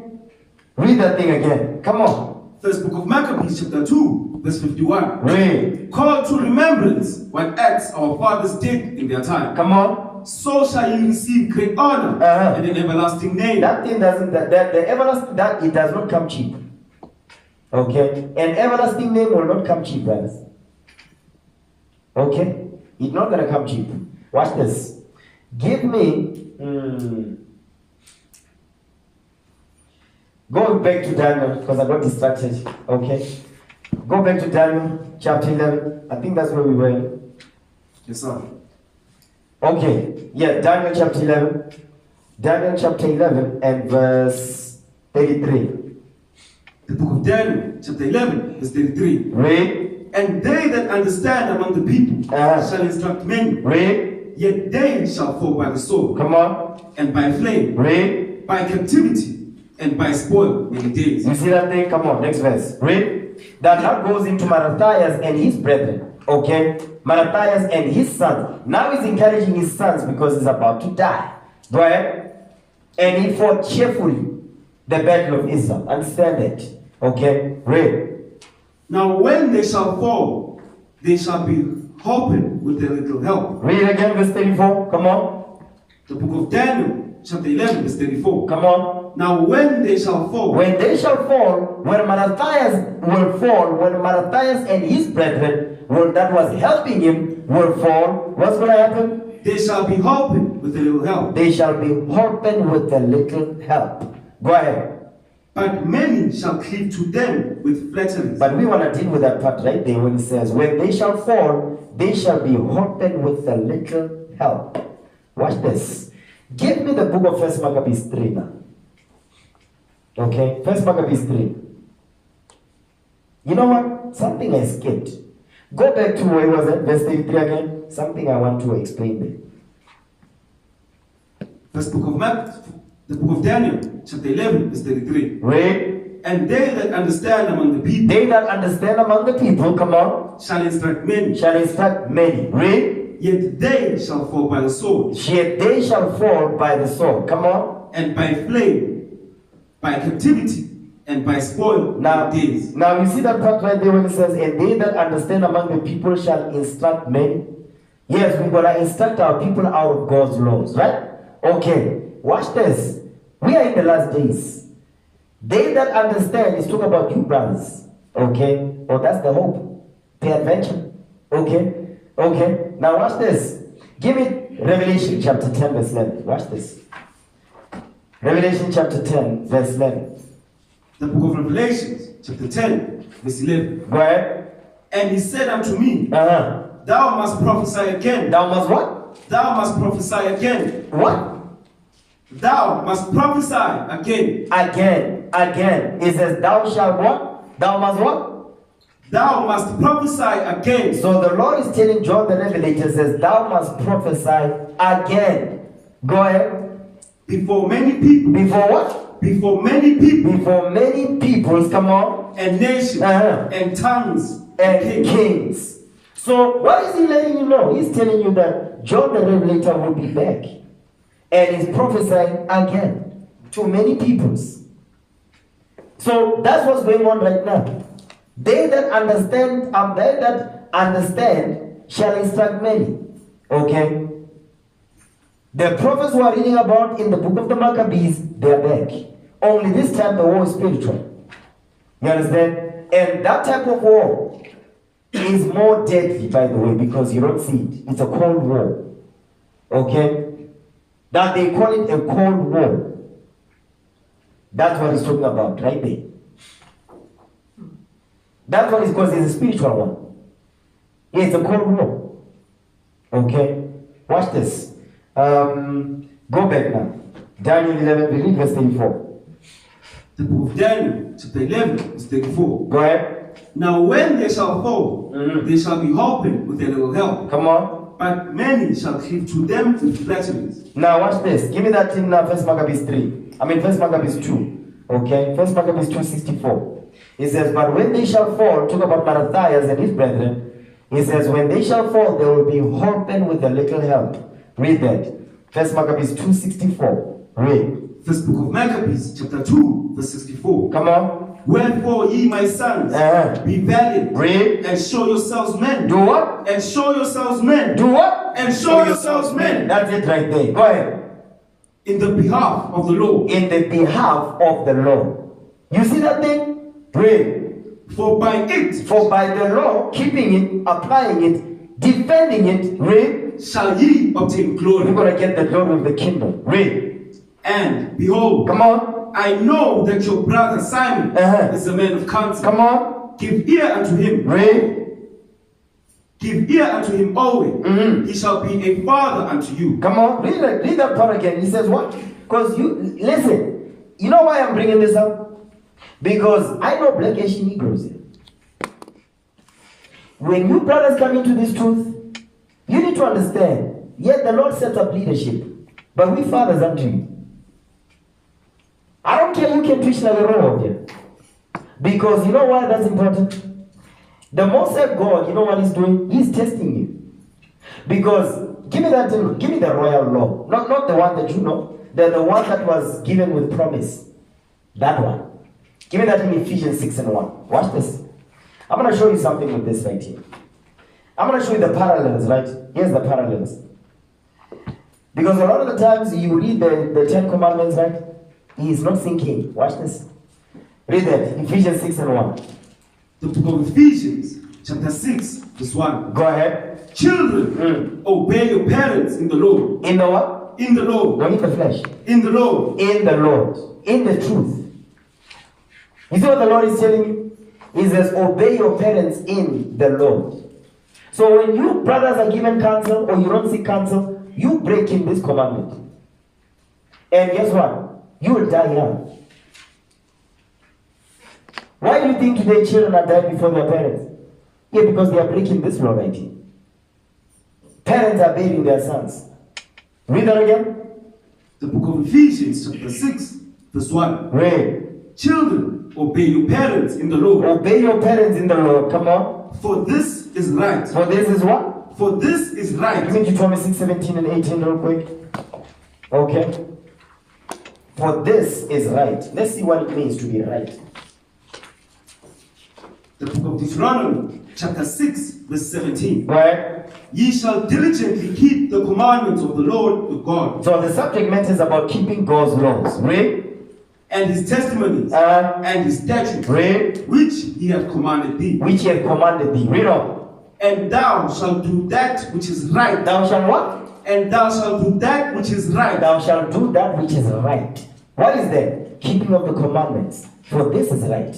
Read. And good in the sight of the Lord. That it may be well with thee. That it may be what? That it may be well with thee. That it may be well with you. Read on. And that thou mayest go in and possess the good land which the Lord sware unto thy father. So if you don't do that, you're not going to get the kingdom. I hope you men understand that. You get that? Yes, Oh, please. Go back to where was it? I'm not done. Ephesians 6. Let's read that. Ephesians 6 verse 1 again. Come on. The book of Ephesians chapter 6 verse 1. Read. Children, obey your parents in the Lord. Come on. For this is right. You see that? That's what it means to be right. We read it earlier. Come on. Honor thy father and mother. Read. Which is the first commandment with promise. Now read that thing again.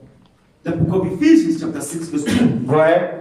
Honor thy father and mother. Honor thy father and mother. Read. Which is the first commandment with promise. Read. That it may be well with thee. Read. And thou mayest live long on the earth. You see that? Now let me show you something with this verse. You see this verse right here? When you brothers come into the truth, you're given counsel, you don't follow it. Guess what? It's a direct reflection that you don't respect your parents. It's very direct. You can lie to me all you want. You can try to convince me all you want. No, the Bible is right. You don't follow counsel here, you don't respect your parents. It's very simple. There's no if or maybe. It is what it is. It's that simple. You hate your parents. I hope you men understand it. You get that? Yes, sir. Okay, read again verse 2. No, verse 3. The book of Ephesians chapter 6 verse 3. Go ahead. That it may be well with thee. That it may be well with you. Read. And thou mayest live long on the earth. That you may live long on the earth. Watch this. Next verse. And ye fathers, You fathers. provoke not your children to wrath. Now, that verse right there. It says, you fathers do not provoke your children to wrath. What does that mean? Don't provoke your children to wrath. Does that mean, come on, little Nunu? Is that what it means? No, you don't mean that. I'm going to show you what it means. Give me the book of Ecclesiastes, because I think I touched on this, right? Yes, sir. I'm going to go over it again. Because it seems brothers don't get this. Yeah. You know, like my mother used to say something. She used to say, "Mohoristi man." Anybody know what that means? Yes, sir. They even made a movie about it. I think it was Jim Carrey's movie, right? Dumb and Dumber. Anybody know that movie? Yes, sir. Yeah, Mohoristi man. That's what it means. Meaning what? You say something, it's out of order and you know it, and the brother sitting right there said, "That Negro. How come nobody is seeking counsel on this?" And then guess what? Here's another one. He don't say nothing. So now everybody can get killed because of this.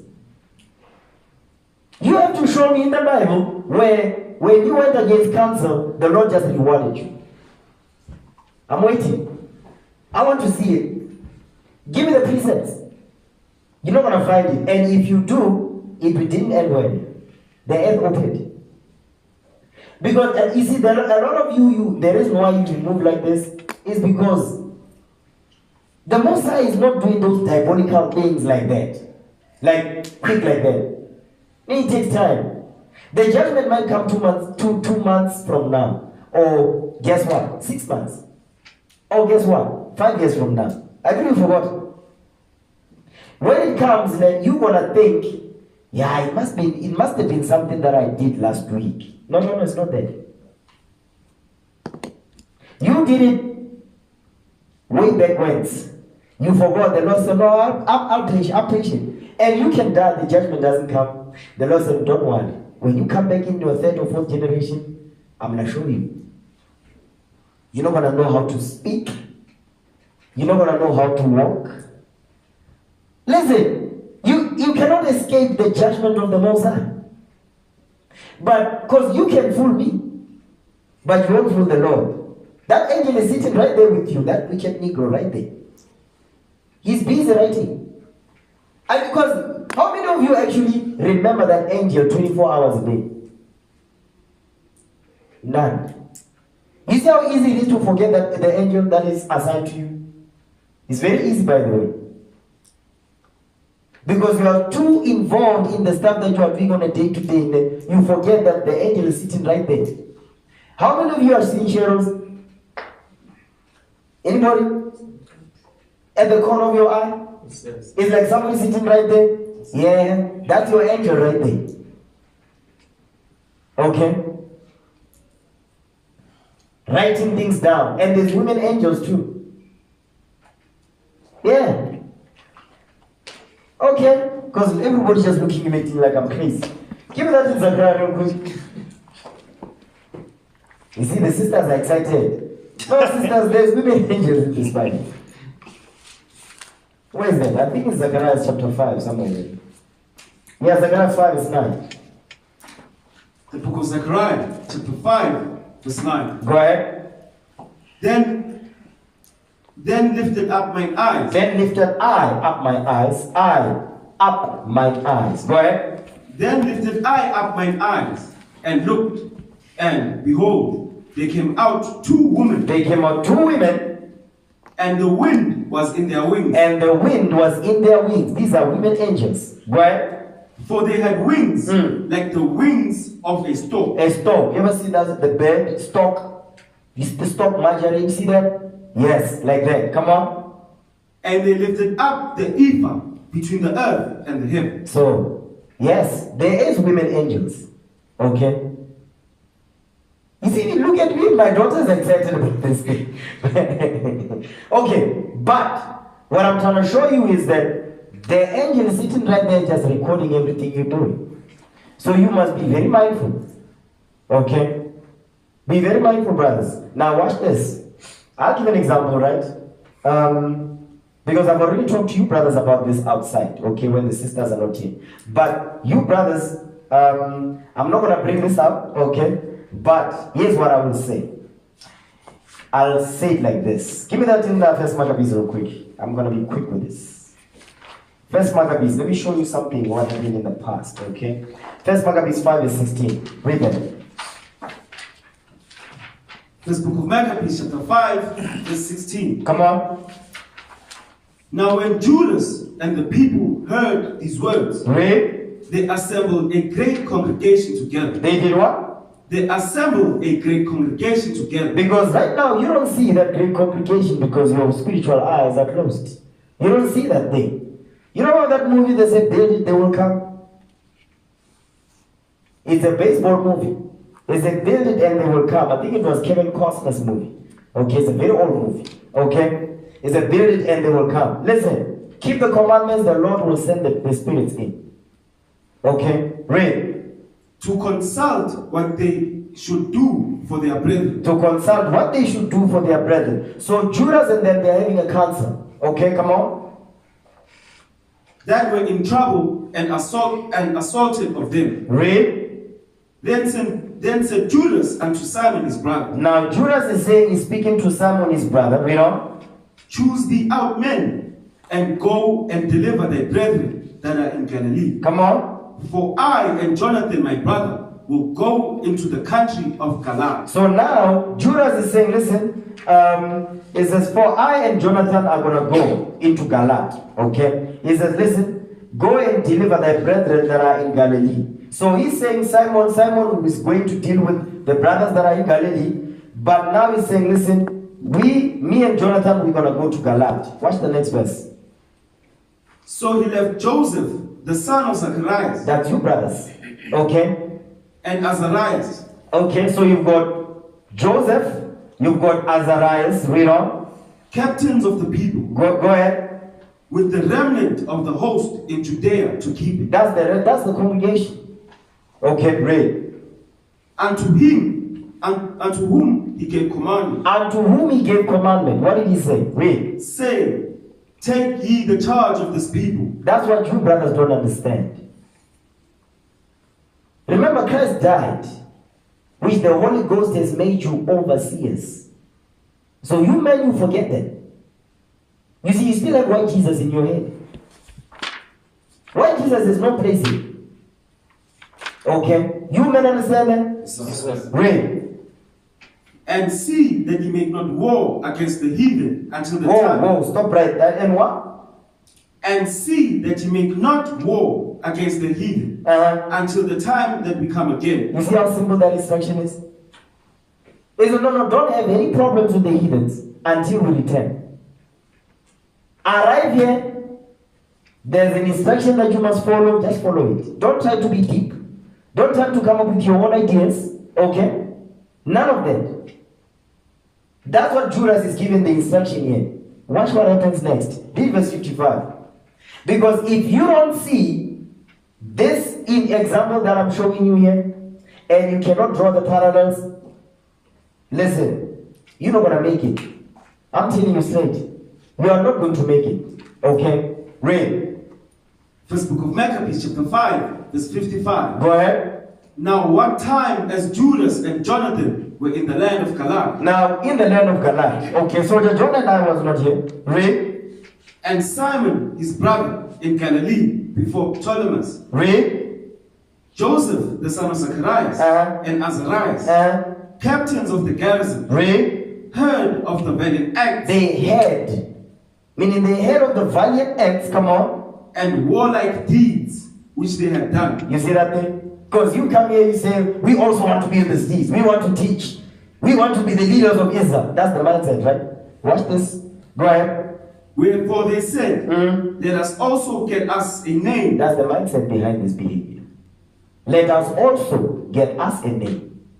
Because you don't think that's what you are doing. Yeah, but that's the spirit behind it. Okay, come on. And go fight against the heathen that are round about us. No, just create, just mess up those relationships that was there before you. Go ahead. So when they had given charge unto the garrison that was with them, they went to Germany. They went toward Germany. Go ahead. Then came Gaius. Then came Gaius. Come on, that's a Greek now. Read. Then came Gaius and his men out of the city to fight against them. So now remember, what was the instruction? Do not go and fight against the heathen. What did these wicked Negroes do? They did it anyway. Go ahead. Watch this. And so it was that Joseph and Azarias were put to flight. They were what? Were put to flight. No, they were rewarded by this. Were put to flight. They were put to flight. Read. And pursued unto the borders of Judea. Read. And there was slain that day of the people of Israel about 2,000 men. You see that thing? Look at the judgment. You see how many people got killed because of this? Because these two wicked Negroes wanted to make a name for themselves. They had an idea. You brothers, remember what was the first thing I said? Many of you when you arrived, I said the worst thing you can do in this truth, they have an idea. That's the worst thing, that's the worst mistake you can have. Don't come with ideas up in here. Follow the blueprint. Okay? Follow the blueprint. Don't have ideas. The worst thing you can do in this, just have an idea. Come up with some ideas here. Come up with some ideas because, listen, there's safety in counseling. It's better that you see counsel than you do something than you tell me that, no, we are doing this. Or no, we decided to do this after the fact. No, that's not counsel. Don't tell me after the fact. That's not counsel. You are basically saying, by the way, because you see what by the way did? People got killed because of by the way. Read on. Thus was there a great overthrow among the children of Israel. Read. Because they were not obedient unto Judas and his brethren. That's the problem right there. Remember what we read in Ephesians 6. Obedience to the parents. This is a spiritual thing. Listen, the Most High don't play games. The Most High don't play games here. The Most High does not play games. I need you to understand it. Okay? That's what it says. Give me that in Acts, because let me read it. Okay? Let me throw the spirit out here. Watch this. Give me Acts. Okay? I'm almost done. Acts chapter... Yeah, I'm almost done. I know I've been saying that. Acts 20 verse 28. Watch this. Read them. Okay? Acts 20 verse 28. Come on, come on. The book of Acts, chapter 20, verse 28. Read. Take heed therefore unto yourselves. Whoa. That's a warning right there. He says, take heed therefore unto yourselves. Read. And to all the flock. To all the what? And to all the flock. The what? All the flock. The congregation, the flock. Read on. Over the which the Holy Ghost hath made you overseers. You see that? Read on. To feed the church of God. To feed the church of God with the laws of God. Come on. Which he hath purchased with his own blood. You see that? So Christ died. But I want to show you something heavy with this. Let me show you the spirit that is working here. Keep reading. For I know this, that after my departing shall grievous wolves enter in among you, not sparing the flock. Having ideas. You see this thing? That's what happened with who? Azariah and Joseph. That's what they did. The Apostle Paul, he says he did this for how long? The space of 3 years. 3 years he warned the people about this. Guess what happened after the 3 years? When you read the book of Acts, you see the evil that wicked Negroes was doing. Read that thing again. The book of Acts, chapter 20, verse 29. Read. For I know this, that after my departing shall grievous wolves enter in among you. You see that thing? Shall grievous wolves enter in among you. Go ahead. Not sparing the flock. Don't care about the people. Also of your own selves shall men arise. Read. Speaking perverse things. Come on. To draw away disciples after them. Where is the scriptures in this? I mean, you have the Bible all the time with you. Apply it. It's very simple. Just apply. Okay? Don't come up with ideas. Okay, brothers? Yes, sir. Okay? This is the flock. I hope you understand it. Okay? Don't offend one of these little ones. You know what is the judgment? The judgment to offend one of the little ones? A stone to be hung around your neck and you are thrown in the ocean. And the shark will just be sitting there just happy that you came. This is heavy stuff. Go back to 1 Maccabees 5. Okay? 1 Maccabees 5 verse 61. First book of Maccabees, chapter 5, verse 61. Go ahead. Thus was there a great overthrow among the children of Israel. Read. Because they were not obedient unto Judas and his brethren. Come on. But thought to do some valiant acts. Some ideas. Go ahead. Moreover, these men came not of the seed of those by whose hand deliverance was given unto Israel. Do you brothers understand this scripture right here? Read verse 62 again. First book of Maccabees, chapter 5, verse 62. Go ahead. Moreover, these men, Joseph and Azarias, came what? Came not. Read. Came not of the seed. Came not of the seed. Of those. Meaning those, that's the chosen seed line. When you see the children of Shem, right? You see like you've got Peleg, you've got Joktan. You don't see, no, but the Lord doesn't discuss the children of Joktan really what happens to them. So likewise, in Israel there's order. That's why among the tribes, Judah is on the top. Okay? Then you've got Ephraim. Yeah, you brothers and sisters? Yes, sir. Waking up of the Israel, who's waking up first? Judah. Okay? The land of Israel, Jerusalem is the favorite of the Lord. There's order throughout. The reason why do you think the Most High God says you must wake up according to your armies? Why do you think that? Because you really need to think about it. When we came out of Egypt, right? Why do you think the book of Numbers is about? The book of Numbers is about what? It's about military order. Because we are a military. All over the world, wherever we are scattered, yes, the Negroes are in their wickedness, but that's God's army. Okay? That's God's army right there. So if you don't take heed, you understand, when we came out of Egypt, hold on. We was in camp, right? And we were showing the book, the Israelites. Yes, sir. You better saw that, right? Yes, you see how we were in Egypt, where I were in the wilderness? Yes, sir. You can't make it up. Read verse 62 again. This book of Maccabees, chapter 5, verse 62. Read. Moreover, these men came not of the seed of those Come on. by whose hand deliverance was given unto You them. see, in this truth, man, a lot of the time, here's where I've seen what black people do. You see, black people have a thing where when you come into an organization, you're not going to talk, you won't tell the white man, but you'll talk among yourselves. Yeah, like the manager, this, the supervisor, that.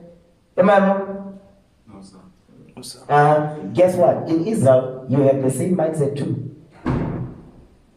Because in your mind, you think you can do this. You think, yeah, we can also do that. No, you can't. Because look at how things were. When Christ taught the disciples, when he taught the disciples, there's certain things that he let the disciples know. But the rest of the people he didn't. He spoke in parables. And when he was among them, face to face, he started to expound, make it plain. If you move with that spirit of, I know too much, me, I'm around you, or there's a lot of stuff that I won't tell you. I won't reveal nothing in this book. Nothing. I'll just be quiet. I'll just talk about general stuff. Simple precepts here. One, because you think you are somewhere. The minute you think you are there, then that means that you are in the kingdom already. You are in the kingdom. You got it already. You don't need to be taught. Listen, brothers. Men who got put to death. I keep mentioning this, but because you don't see literally bodies dropping left, right, and center. You don't see that. But you will. Spiritually, though.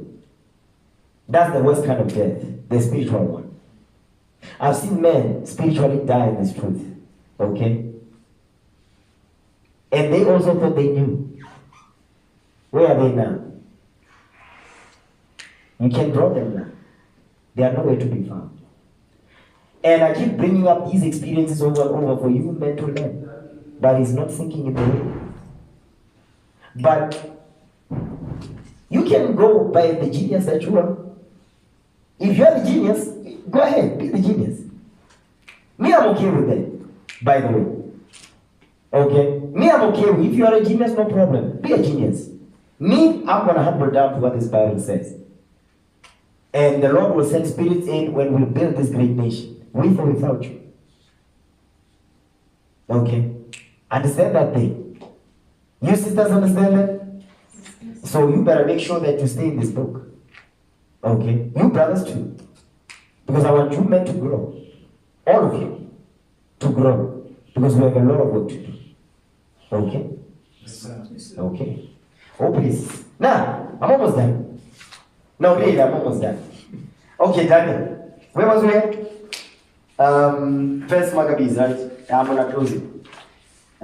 First Maccabees. Because it says they shall be holpen with a little help. Give me First Maccabees chapter 2, right? First Maccabees 2. Read verse 66.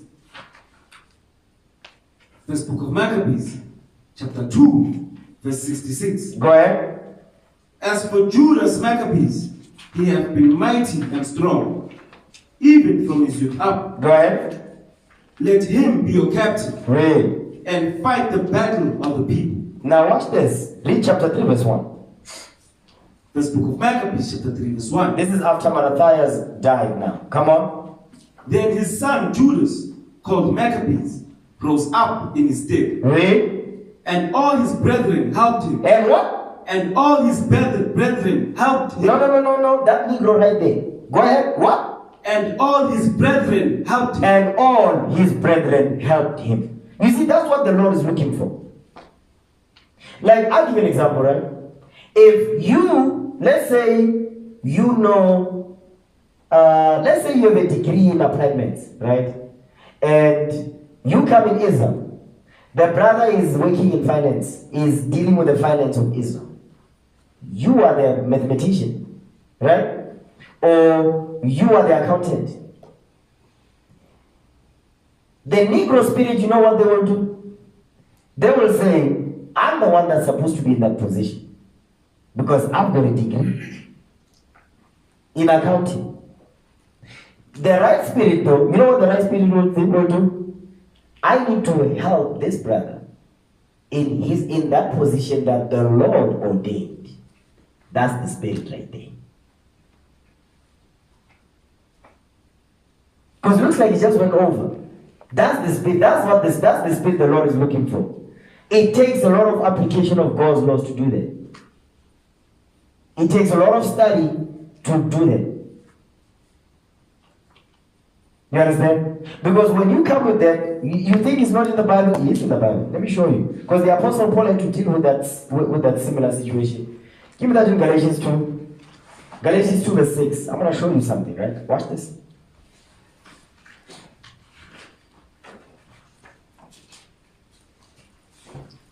The Apostle Paul had to shut that spirit down very quickly. Read that. The book of Galatians, chapter 2, verse 6. Read. But of these who seemed to be somewhat. Of these who seem to be somewhat, you think you are something, right? Go ahead. Whatsoever they were. Whatever you were in the world, whether you are an accountant, you are a mathematician, you have a degree, you have a master's, read. It maketh no matter to me. God, the Lord said, I don't give a damn about that. The Most High God says, I don't give a damn about that thing. To hell with you and your degree. That's what the Lord is saying right there. Go ahead. God accepted no man's person. The Lord said, I don't care about that. Whatever you did in the world, and the Lord said, I don't give a damn about that. The only reputation that the Lord is looking for is what? Your reputation when it comes to application of this book. That's what the Lord is looking for. Okay? Come on.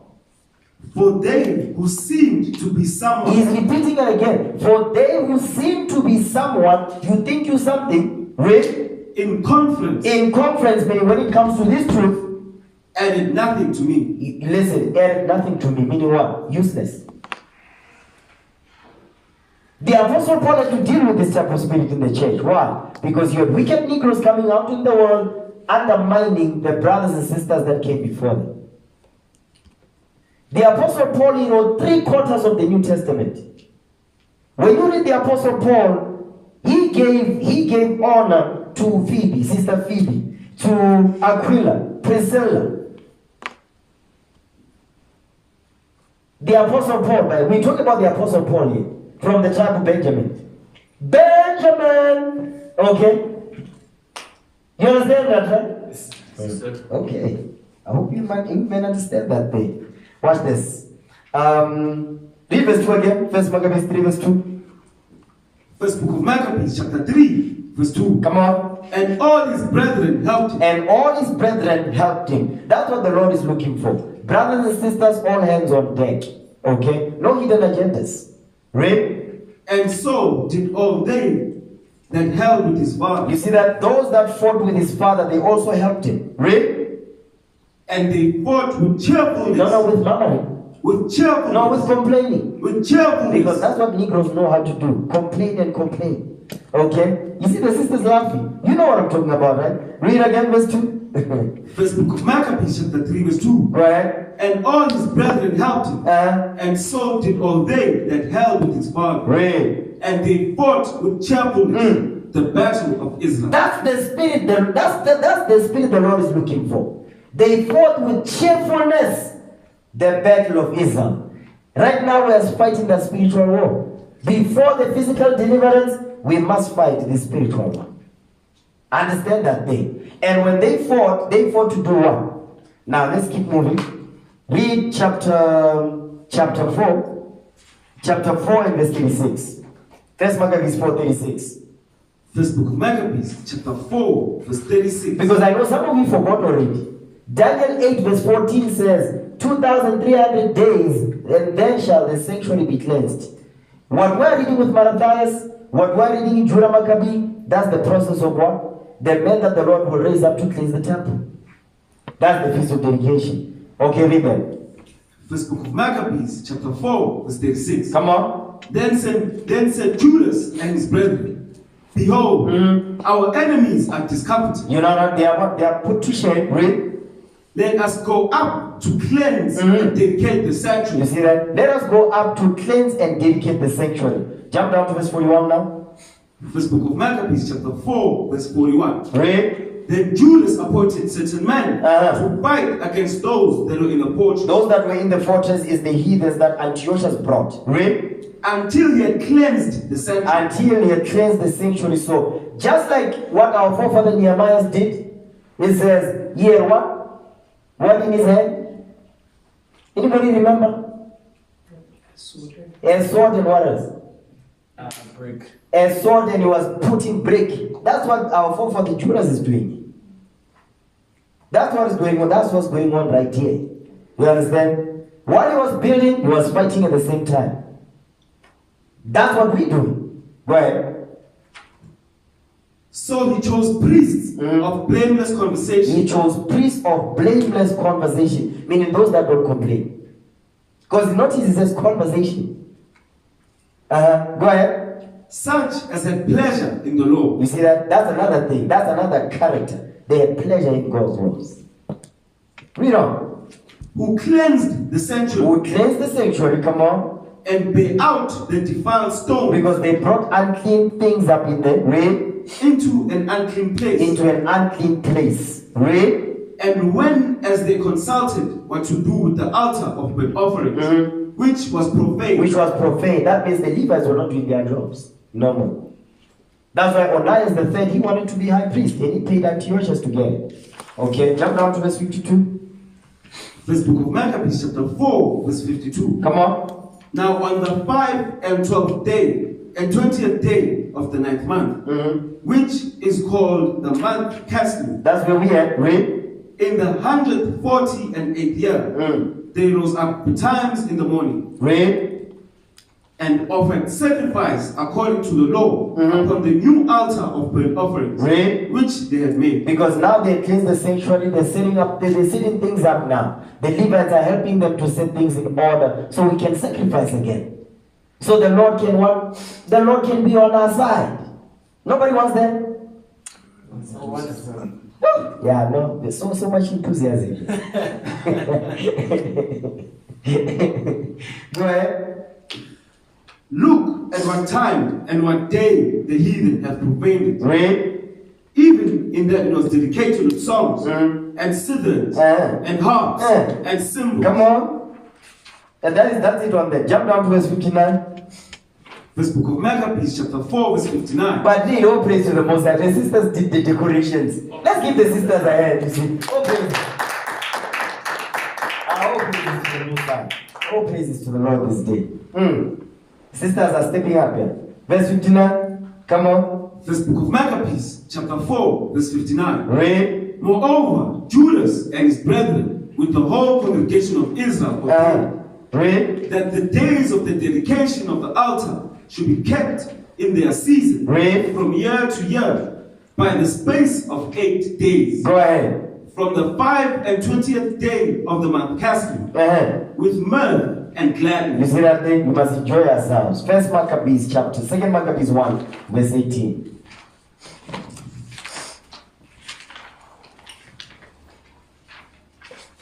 Second Maccabees 1:18. Read it. Second book of Maccabees, chapter 1, verse 18. Come on. Therefore, whereas we are now purposed to keep the purification of the temple, come on, upon the 25th day of the month Caslu, read. We thought it necessary to certify you thereof. Come on. That ye also may keep it. That you what? That ye also might keep it. That you also must keep it. Come on. as the feast of the tabernacles. As the feast of the tabernacles. Now you know how to observe the feast of the tabernacles, right? Yes, sir. So it says as the feast of the tabernacles. So we're supposed to observe the feast of dedication just like we observe the feast of tabernacles. Make sense? Yes, sir. Does it? In terms of food, sir, Oh yes. all praises. No, read it again so it sinks in.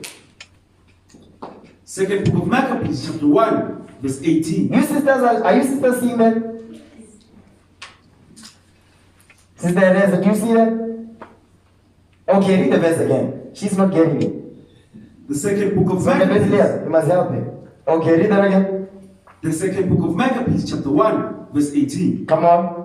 Therefore, whereas we are now purposed to keep the purification of the temple Read. upon the 520th day of the month Castle, Read. we thought it necessary to certify you thereof, Come on. that ye might keep it. That ye might keep it. So they are commanding us to keep the feast of the dedication, right?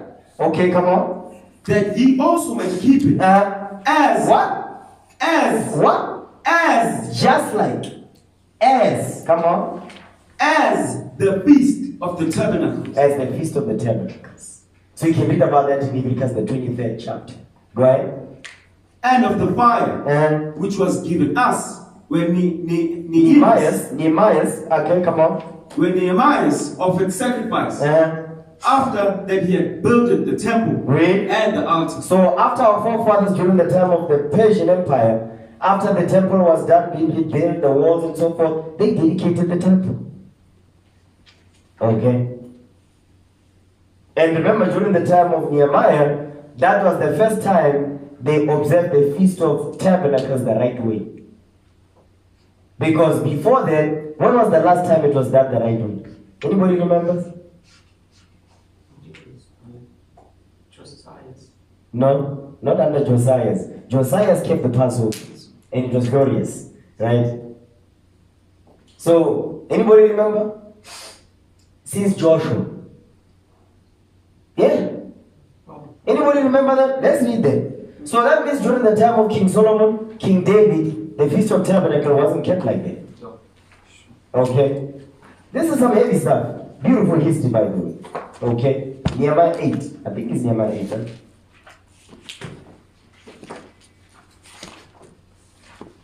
Yeah, Nehemiah 8:14. Watch this. You know what? Yeah, read 14, then we're going to jump. The book of Nehemiah, chapter 8, verse 14. Come on. And they found written in the law, which the Lord had commanded by Moses, Come on. that the children of Israel should dwell in booths in the feast of the 7th month. Now, you also, another thing is they found written in the law. That means the Bibles were not being read. The scriptures were not being applied. They found it. You know when you've lost and found? That's how bad it was. So what's the difference between then and now? Because then you go to church all the time, but you never open this book. Now, as the scriptures are coming out, you know that you are Israel. Now you're starting to find it in the book. As it is written, how to apply it. Make sense? Yes, sir. Go ahead. The book of Nehemiah, chapter 8, verse 14. Verse 15, come on. Verse 15. And that they should publish and proclaim in all their cities and in Jerusalem, saying, go forth unto the mount, and fetch olive branches, and pine trees, and myrtle branches, and palm branches, and branches of fig trees, to make booths, as it is written. Go ahead. So the people went forth and brought them, and made themselves booths, everyone upon the roof of his house. Everyone upon the roof of his house, letting you know we had flat roofs. This thing of triangular roofs, that's not our thing. Go ahead. And in their courts, and in the courts of the house of God, Read. and in the street of the water gate, Come on. and in the street of the gate of Ephraim, Now watch this, verse 17. and all the congregation of them that will come again out of the captivity made booths, Out of the captivity, we made booths, right? Come on. and sat under the booths, Read. For since the days of Joshua, the son of Nun. You see that? Since the days of Joshua, the son of Nun. Read. Unto that day had not the children of Israel done so. You see that? So, King Solomon, during the time of King Solomon, in all his wisdom, we didn't keep the Feast of the Tabernacles like this. You understand? So, letting you know that the prophets before is also showing you what? The water levels kept going up by the prophets. Make sense? Yes, sir. Does it make sense? So, which means, okay, during the time of King Solomon, right? We didn't keep the past, we didn't keep the Feast of Tabernacles the way, right? As Nehemiah taught, right? During the time of King David, we didn't do it. Although we kept, you know, the feast is like you keep the Feast of Tabernacles. I remember, I'll give an example with us. When we first started, right, the way we kept the Feast of Tabernacles, we would read it in the scriptures, but it's like the Lord was to close your eyes, you don't see you're supposed to make boots. Me, I didn't see that. Until as time went by, the Lord started to open the spirit and say, wait a minute, boots. You see that? I remember when we would observe the Feast of Tabernacles, we would go to the zoo. We went to the zoo to observe the Feast of Tabernacles. It sounds foreign, right? We went to the zoo to observe them. You understand? So over time, the Lord would open up the scriptures more for the prophets that came after. You understand? Yes. So which means that during the time of after Joshua, King David, the prophet Samuel, so on and so forth, we didn't keep the Feast of Tabernacle like this. We didn't do it in boots. We didn't do none of that. So, but during the time of Nehemiah and Ezra, the Lord said, okay, I'm going to open your spirit now to keep it the right way. So that means generations later, the Lord started to raise up the understanding, the water level started to go up. Make sense now? Yes, sir. Okay? Because I remember when I always talk about it, the Sabbath. I mean, I used to walk distances for the Sabbath. You understand? We didn't bath with hot water. Because it don't cook nothing. If you just go to the shower, cold take. Okay? Because the scriptures didn't open at that point. You understand? Now, you can boil because the seething part goes into what? For cooking. For eating, drinking. You can't do that. But you're supposed to what? You're supposed not be walking around here being an unclean demon. Like, what the hell is this?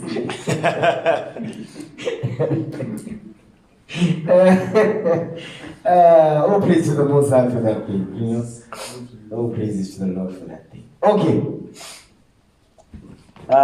Yes, as the Feast of Tabernacles. Give me John 10:22, then we'll close it up. So, our forefathers kept the Feast of Tabernacles. Feast of Dedication as the Feast of Tabernacles.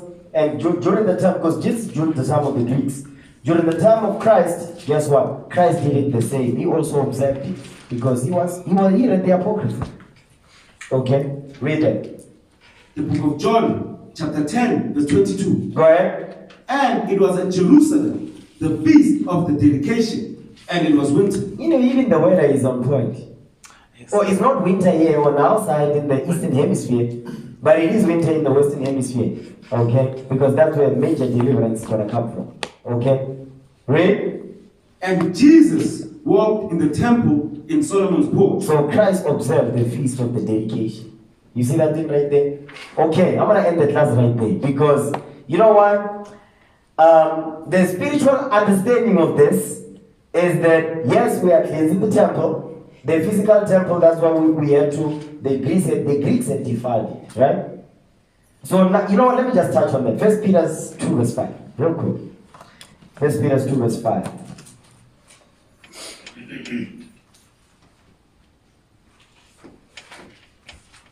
First Peter 2 verse 5. Let's get that real quick. First book of Peter, chapter 2, verse 5. Come on. And spared not the old world. No. First Peter 2, not Second Peter's. First Peter 2 verse 5. Read that. Okay, come on. First book of Peter, chapter 2, verse 5. Go ahead. Ye also, as lively stones, read. are built up a spiritual house. So now we are building up this spiritual house now. Okay, come on.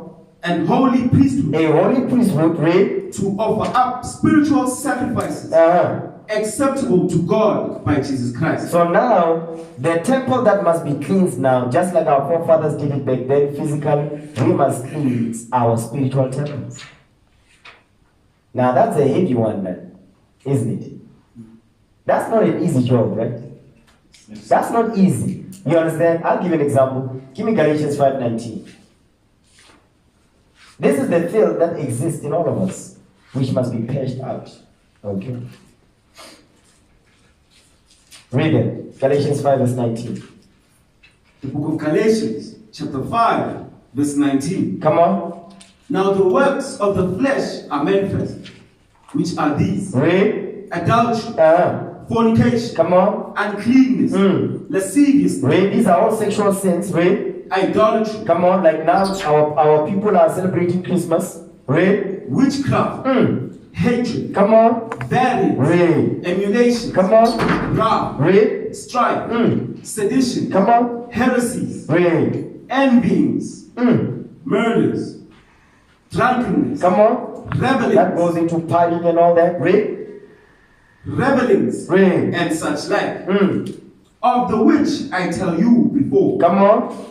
As I have also told you in the past. Read.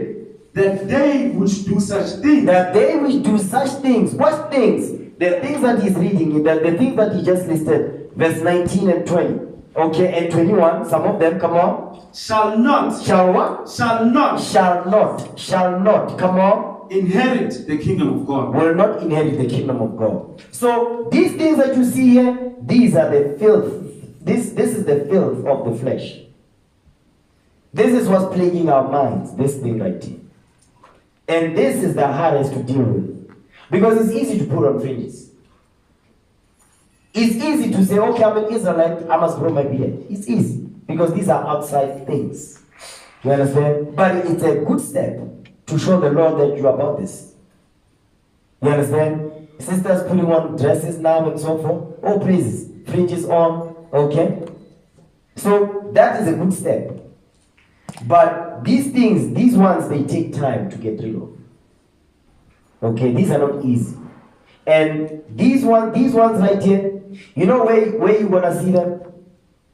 Because you can have these and think, no, you can have these and say, okay, I'm applying, I'm getting rid of them, right? You know when you're gonna start to see if really you did not really get rid of it? Congregational trials. Yeah. The trials in the congregation. Now how you interact with your brethren, your sisters. That's how they're gonna start to pop up and say, hey, I need to deal with that. You see that thing? Because these things, they will pop up. You know why? The Most High must purge these things from us. The Lord has to do that. And these things are going to happen. Your congregational trials, they must happen. Your marital trials, because you just got married, the trial is coming, by the way. Okay? You must prepare yourself for that. The trial might come on him, the trial might come on you. But if it comes on him, you have to stand for the gospel and help him. And the trial might come on you, you have to stand for the gospel and help him. Okay? You have to. You have to stay in this. That's the only way. Okay? So, your personal, your congregational, your marital trials. You can't escape those, by the way. It's inevitable. You can't. There's no if or maybe about it. It will happen. So your job is you must prepare for that thing. That's why you have to be in this. Okay? So, this is what we are reading here. Give me that in Colossians 3 verse 5. This is what the Apostle Paul said about that.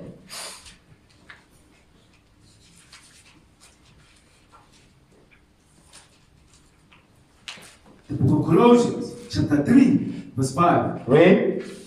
Mortify therefore your members which are upon the earth. Come on. Fornication. Mortify means deaden. Deaden. Come on. Fornication. Read. Uncleanness. Read. Inordinate affection. Come on. Evil concupiscence. You can go to YouTube about that. Go ahead. And covetousness, which is idolatry. You see that? So these are the members that we must mortify. The Apostle Paul is giving you a whole list of them. You understand? Go ahead, next verse. For which things sake the wrath of God cometh on the children of disobedience. You see that? So these are things that's how we cleanse the temple. Now there's a spiritual thing now.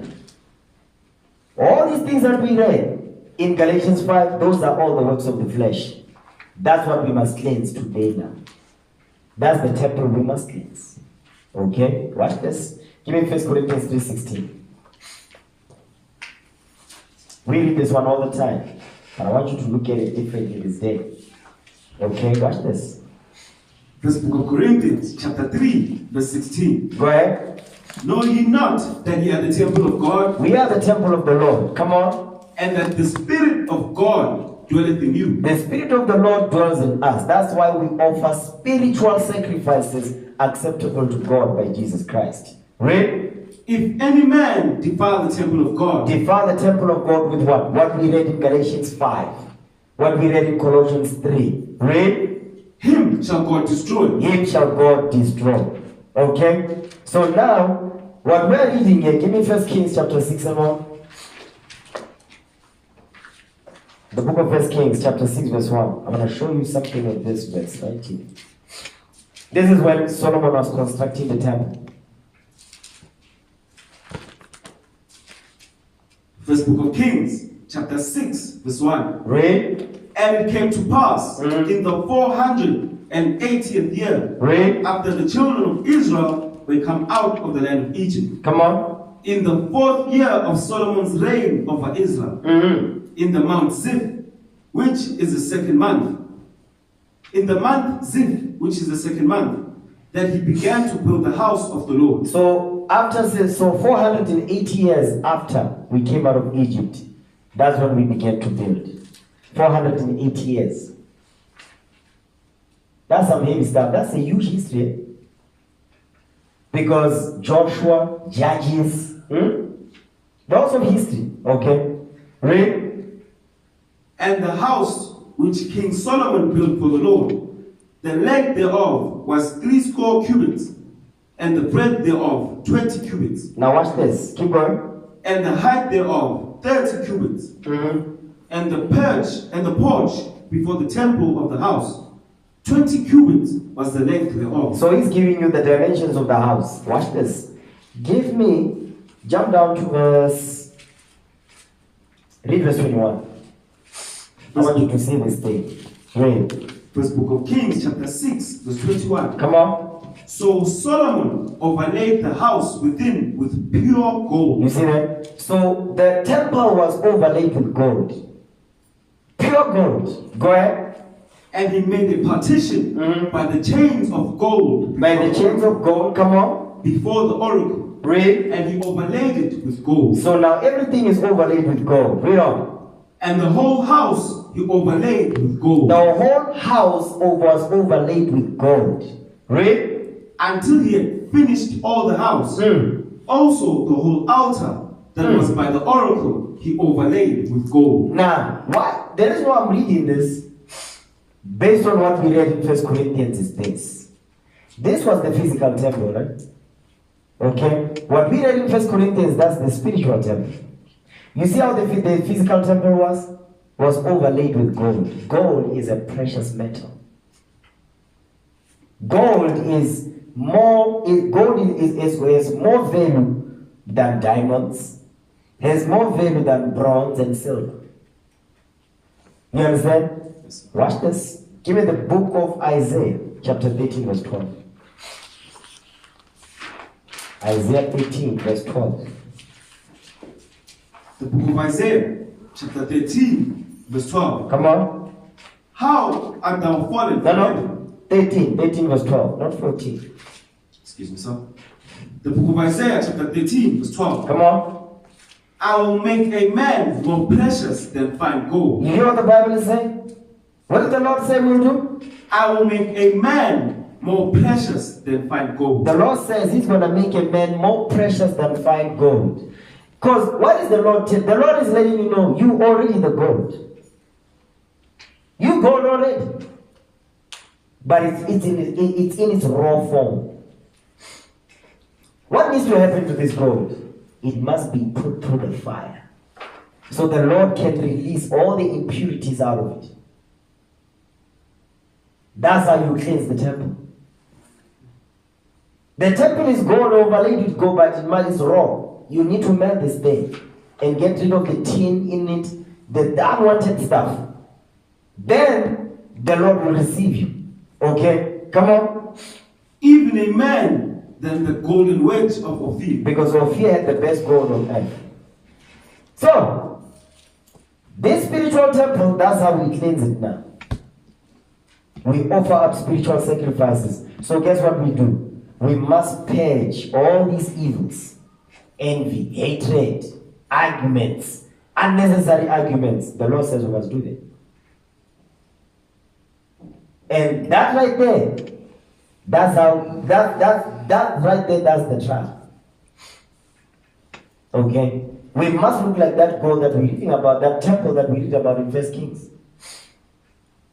That's what the Lord is teaching us right there. And that's not easy to do. That's why we constantly have to be working together. We have to apply ourselves on a daily basis. Don't be skipping days. Say, no, I'll read that Bible tomorrow. You don't have tomorrow. Like maybe 2 days. Yeah, I'm still. No. Apply it. That's how the Lord is going to purge us from all this filthiness that we're in. Okay, I'm going to end the class right there. All praises to the Most High God. All praises. Let's break bread. Okay? Let's break bread. So, sisters, you might want to get yourself ready with this. All right?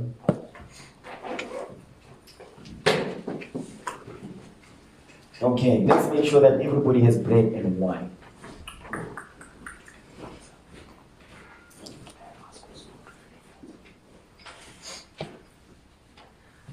All praise to the Most High. All praises.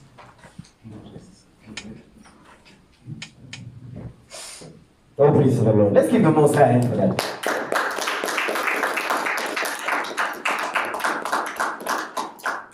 Okay, everybody got bread and wine, right? Yes, sir. Okay, all praises to the Most High. Okay, let's break bread in the honor of our Lord and Savior Jesus Christ, that you also may receive life this day. The first book of Corinthians, chapter 11, verse 23. For I have received of the Lord that which also I delivered unto you, that the Lord Jesus, the same night in which he was betrayed, took bread. And when he had given thanks, he brake it and said, Take, eat, this is my body, which is broken for you. This do in remembrance of me. After the same manner also he took the cup which he had supped, saying, This cup is the New Testament in my blood. This do ye, as oft as ye drink it, in remembrance of me. For as often as ye eat this bread and drink this cup, ye do show the Lord's death till he come. Wherefore whosoever shall eat this bread and drink this cup of the Lord unworthily shall be guilty of the body and the blood of the Lord. But let a man examine himself, and so let him eat of that bread and drink of that cup. For he that eateth and drinketh unworthily eateth and drinketh damnation to himself, not discerning the Lord's body. For this cause many are weak and sickly among you, and many sleep. In the name of our Lord and Savior Jesus Christ we pray. Amen. Amen. Amen. Let's give the Most High.